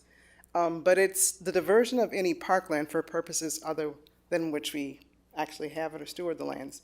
And they are required, of course, not limited to buildings, utility lines, conduits, communications lines, sidewalks, driveways, all sorts of things encroach upon parkland where the property owners request it. This is, I will go back just briefly back to where LTS Communications is requesting use of parkland. Typically, my encroachments involve private property. For example, there are a number of homes along Lake of the Owls Parkway in which they would need to cross parkland because the line, our property line, starts at theirs and is a little further up, further than the sidewalk. So it's on the other property line, the private property line's side of the sidewalk. So there's a lot of parkland in which they need to cross for driveways, for service walks. And in most cases, you know, those are the encroachments we actually encounter. But as I said, this is somewhat different, but it is along the same lines. So, again, this is a little lengthy. The policy statement states that we're basically trying to stay here for the protection and preservation of natural environment. But I want to really focus on the fact that our policy statement states that the board opposes any use of that land by any individual, institution, organization, public or private, for any purposes other than for which the lands were acquired. But then four of the questions that need to be asked before we can even consider it, according to land policy, are the impacts that would actually result from the request. So the parameters that should be considered in total, and these requests shall be evaluated on all parameters. The first of which is the impact to the recreating public, basically asking it should have a negligible or positive impact. Environmental impact, which means it should not negatively impact and should ideally have a positive impact on parkland. The third of which is health, safety, and welfare, and that's where it should not negatively impact or it should strive to mitigate those issues. And the last of the parameters are existing policy plans or infrastructures, and they should not conflict with any of those. Again, these are considered in total. And this is probably a little bit more detail than you need, but this is kind of describing the process in which the application comes to us. Usually by phone or email, I have some kind of request. Our license application procedures, they typically submit an application, they have to submit a fee, they have to include a professional survey and a calculation of the encroachment area. Excuse me. And then as, say for example, with LTS, they're requesting 330 square feet. We use a calculation of that fee by using the land values that Hennepin County has valued those properties at. So that's the way to try to remain consistent with all those who request parkland for some other use. So for example, if the land is, I don't know, $1 a square foot, which is not anywhere near reality, the fee would be 330 square feet times the $1. And we typically use properties that are in the immediate area. So for a home, it would be the home, it's that property, and then the 2 adjoining properties, and average that out and multiply that by the fee. By the square footage. And then there's an $800 administrative fee. This is kind of blurry, but it's sort of an example of our application, which is very short, but there are a number of other things that are required, as I stated previously. This is somewhat of an example of a survey that we would receive. This is actually a very good survey. But you can see where the property lines butts all the way up to the private property's boundary. And then, of course, it goes past the sidewalk and into the parkway, all the way up to the lake, for example, with Lake of the Isles Parkway. Here is an example of what we would use to calculate the fee again. So, for example, you see the subject and then two adjacent properties. We'll take the parcel size divided by the assessment. That's the most recent one. Of course, this one's really old. And come up with a mean average of the value of the land, not the homes, just the land. And then multiply that by that, the area that they're requesting to achieve the encroachment fee. And let's see. Then the application, once it's complete, is reviewed by the MPRB team, applying four requirements, as I kind of explained earlier, set forth in the land policy. Step 4, then we as a team decide whether we should recommend it as to be approved or denied by the board, and then ultimately the decision is the board's. One thing I think I left out of here was, it was one of the descriptions of the policy, is the first hurdle that anyone who's requesting property, parkland for private use, is to decide whether it, first of all, does it benefit the park board? Second of all, and most importantly, was there another feasible alternative, and why weren't those chosen? So that's why I gave you a map of the different options they considered. And there was really no way to get from east to west without crossing parkland in one way. So we found the most minimal use of parkland for them to use. And that's what the request is. Any questions? Vice President. Brian. Oh, excuse me, Council Rice. Thank you, Chair.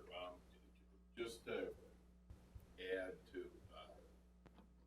Ms. Downey's presentation, the staff has done a really good job in preparing this, developing a system, doing multi-levels of analysis. I would just say, as the board's attorney, at one point in time under a prior superintendent, there was some consideration of delegating this authority to the staff.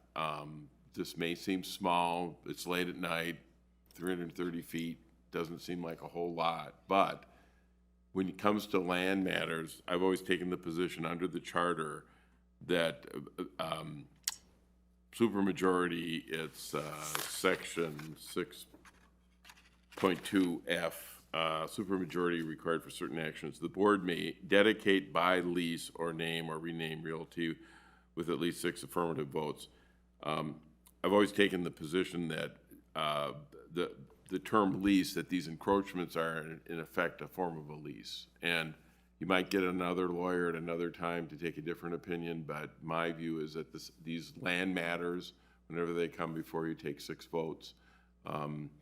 It's probably the one, if not the most important, it's certainly way up there in terms of functions of this board about how you oversee the land of these 7,000 acres. It's probably, I would say, given the durational aspect of leases, potentially, this, Ms. Downey's done a lot of work on this, and this issue may never get revisited by another board. So when you get to this point, you have to make a decision.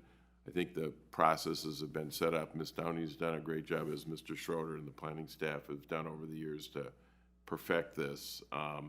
And I would say, at least as the advisor to the board, I really think this is a function that under the charter properly does belong before the board and only the board as you make these decisions, because they're very, very consequential, or can be. Thank you, Council Rice. Vice President Deshpande. Okay, I have a series of very obscure but important to me questions about this. The first is around the licensing fee calculation. So as I see it, you use an average. Is there any reason why you didn't just go parcel by parcel and multiply each parcel's average assessed value times the amount that they're taking line by line by line, and then just summing those up? So like, why do you use an average? I'm sorry, Chair Garcia and Commissioner Deshpande. I think that's sort of the fair way. I'll be honest with you, I've been all over the city in terms of finding out where the land values are because we have parkland all over the city. So sometimes there are some people who obviously go and dispute their values, and they may have a lower one, and there may be a higher one. So the average is a way to somewhat be fair and be objective about the land values in the area. And we also have Director Robertson. Yes, Chair Garcia, Commissioner Deshpande, if I may. And I think I'm maybe catching the gist of your question. The parkland itself does not have a taxable or assessed value. So for us to calculate the encroachment fee on the actual parkland is impossible. So we look to adjacent private properties as a stand-in for what the value might be. So the encroachment isn't necessarily crossing several parcels of parkland that we can equate a value to. So that's why we look at the adjacencies on the private properties. That's not where the encroachment is, but it's our best guess at what the land value ought to be. Okay, thank you. The second and third questions are probably for Council Rice. So, you know, given that we probably are going to be, LTS communication is going to be around for quite a while, maybe, maybe not. It wasn't clear to me in the contract what happens if LTS were to go away. I see a clause around removal and restoration, which if LTS goes bankrupt, does that mean we have to remove and restore at our own cost? Chair Garcia, responding, no, the agreement is designed so that they would have to pay the removal costs. Even if they went out of business? I think they have to post a bond, don't they? Or if it's a utility company, there's bonding with the state level. Okay. Secondly, on clause 13, there's a transfer, ability to transfer. So were LTS to transfer, well, actually it's saying licensee shall not sell, assign, or any way transfer. So if some successor entity came to LTS, would we have to go through this entirely once again? But LTS could simply take in the assets that are already underground? Mr. Chair, Commissioner Sponde, I believe that if they were sold, the new entity would have to come before the board under that language. Okay. And then the third and final question is, the agreement is defined as between the city of Minneapolis acting by and through its Park and Recreation Board. Why is the city of Minneapolis referenced? Mr. Chair, Commissioner Sponde, because when you look at the city charter, I'm glad I pulled this out tonight, I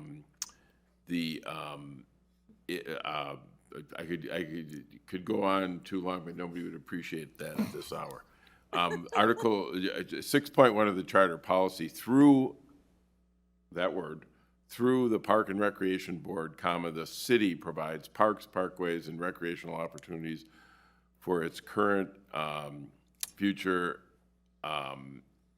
residents and use. The board may likewise provide services for non-residents. And the charter also goes on to talk about how the park board is a unique department of city government, and there was a lot of fight over that one word. One of your predecessors, Commissioner Young, who served for 28 years, absolutely insisted that that word be in the charter because there is no other, that's under the status section of the charter B.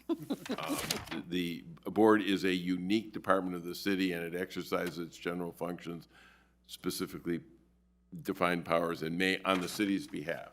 So corporate governance is this: there is one city of Minneapolis, but there is a city council that has certain functions given to it, which is largely a legislative authority now over everything but the park board. And we've also had this mayor, the amendment that passed in 2021 kind of created an executive mayor concept, which living in the era of Trump, and presidents who want to exert maximal, executive branch authorities, we've run into that. But we have the little park board, or not so little, important park board there is a unique department that has control of all this land assets primarily in all the parks in the park system. So when we write legal documents, you literally are, you 9 elected commissioners are the city of Minneapolis, but the city of Minneapolis is acting by and through you 9 commissioners. So you 9 commissioners have the authority of the city of Minneapolis when it comes to matters regarding parks. Did that help? Yeah, we can talk later. Thank you for indulging me. If there were any religious people here, I'm a Roman Catholic. It's like the Father, Son, and Holy Ghost, all in one Trinity. So you could spend some time figuring out who's what in that scheme of things. All right. Vice Chair Forney. Thank you. 330 feet, I think it is, and everything. It's funny that, this is the thing that we are presenting this, but this is probably one of the most critical things. We are parkland, and anyway, to me, I really appreciate that you asked for a presentation and everything. It's been a long time, but at the beginning, I think, of last term and everything, commissioners were being peppered with tons of emails, I believe from USI, is that right? Correct. Yeah, USI insisted that they could be able to go, right through parkland, particularly the south side of the Minnehaha Creek. And they were just insistent that, there's no other way that they can do it. Anyway, staff has worked so diligently and everything to know there are alternative ways and everything. And so if there is an alternative way, that is what we need to hold so tight to. It's so critical. It really is. And like I say, it's been a while, okay? And I remember I was at some sort of breakfast and everything, and the president or something of USI, I just want you to know, we realize that there's different ways for us to go, but it's more expensive. So they were going to areas that were cheaper for them to be able to put in that service, and they would come back to us eventually. But their, receptionist and everything was saying, it's all because the park board won't let us, Anyway, hopefully you guys won't be peppered with it, but that is a really critical thing. We have to stay firm on that. We own 15% of the land in this city. I always say that we are, this is a city inside a park. Pretty much, that's a huge thing to brag about, gang. Anyway, I just wanted to ask the question on the map the parcel map that you have there, the green space that is on the parcel, whose responsibility is that? As far as mowing, as far as shoveling, things like that. That's just something that I think private homeowners are never quite sure. A little bit further, yeah. It's the parcel map of Lake of the Isles that you had. And I just want us to all be aware of who is really responsible for. Oh, the other one, sorry. Oh, sorry. I gotcha.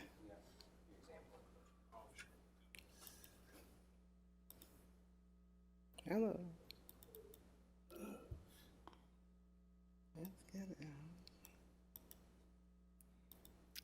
Yep, nope. I thought it was going to come back, so I'll just. There we go. Yeah, so the green space, who's responsible for that and the sidewalk?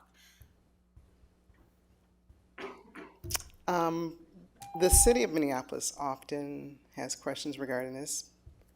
We treat these as if they are city. So in the city of Minneapolis, if you have a boulevard, guess who's responsible? The property owner is for that.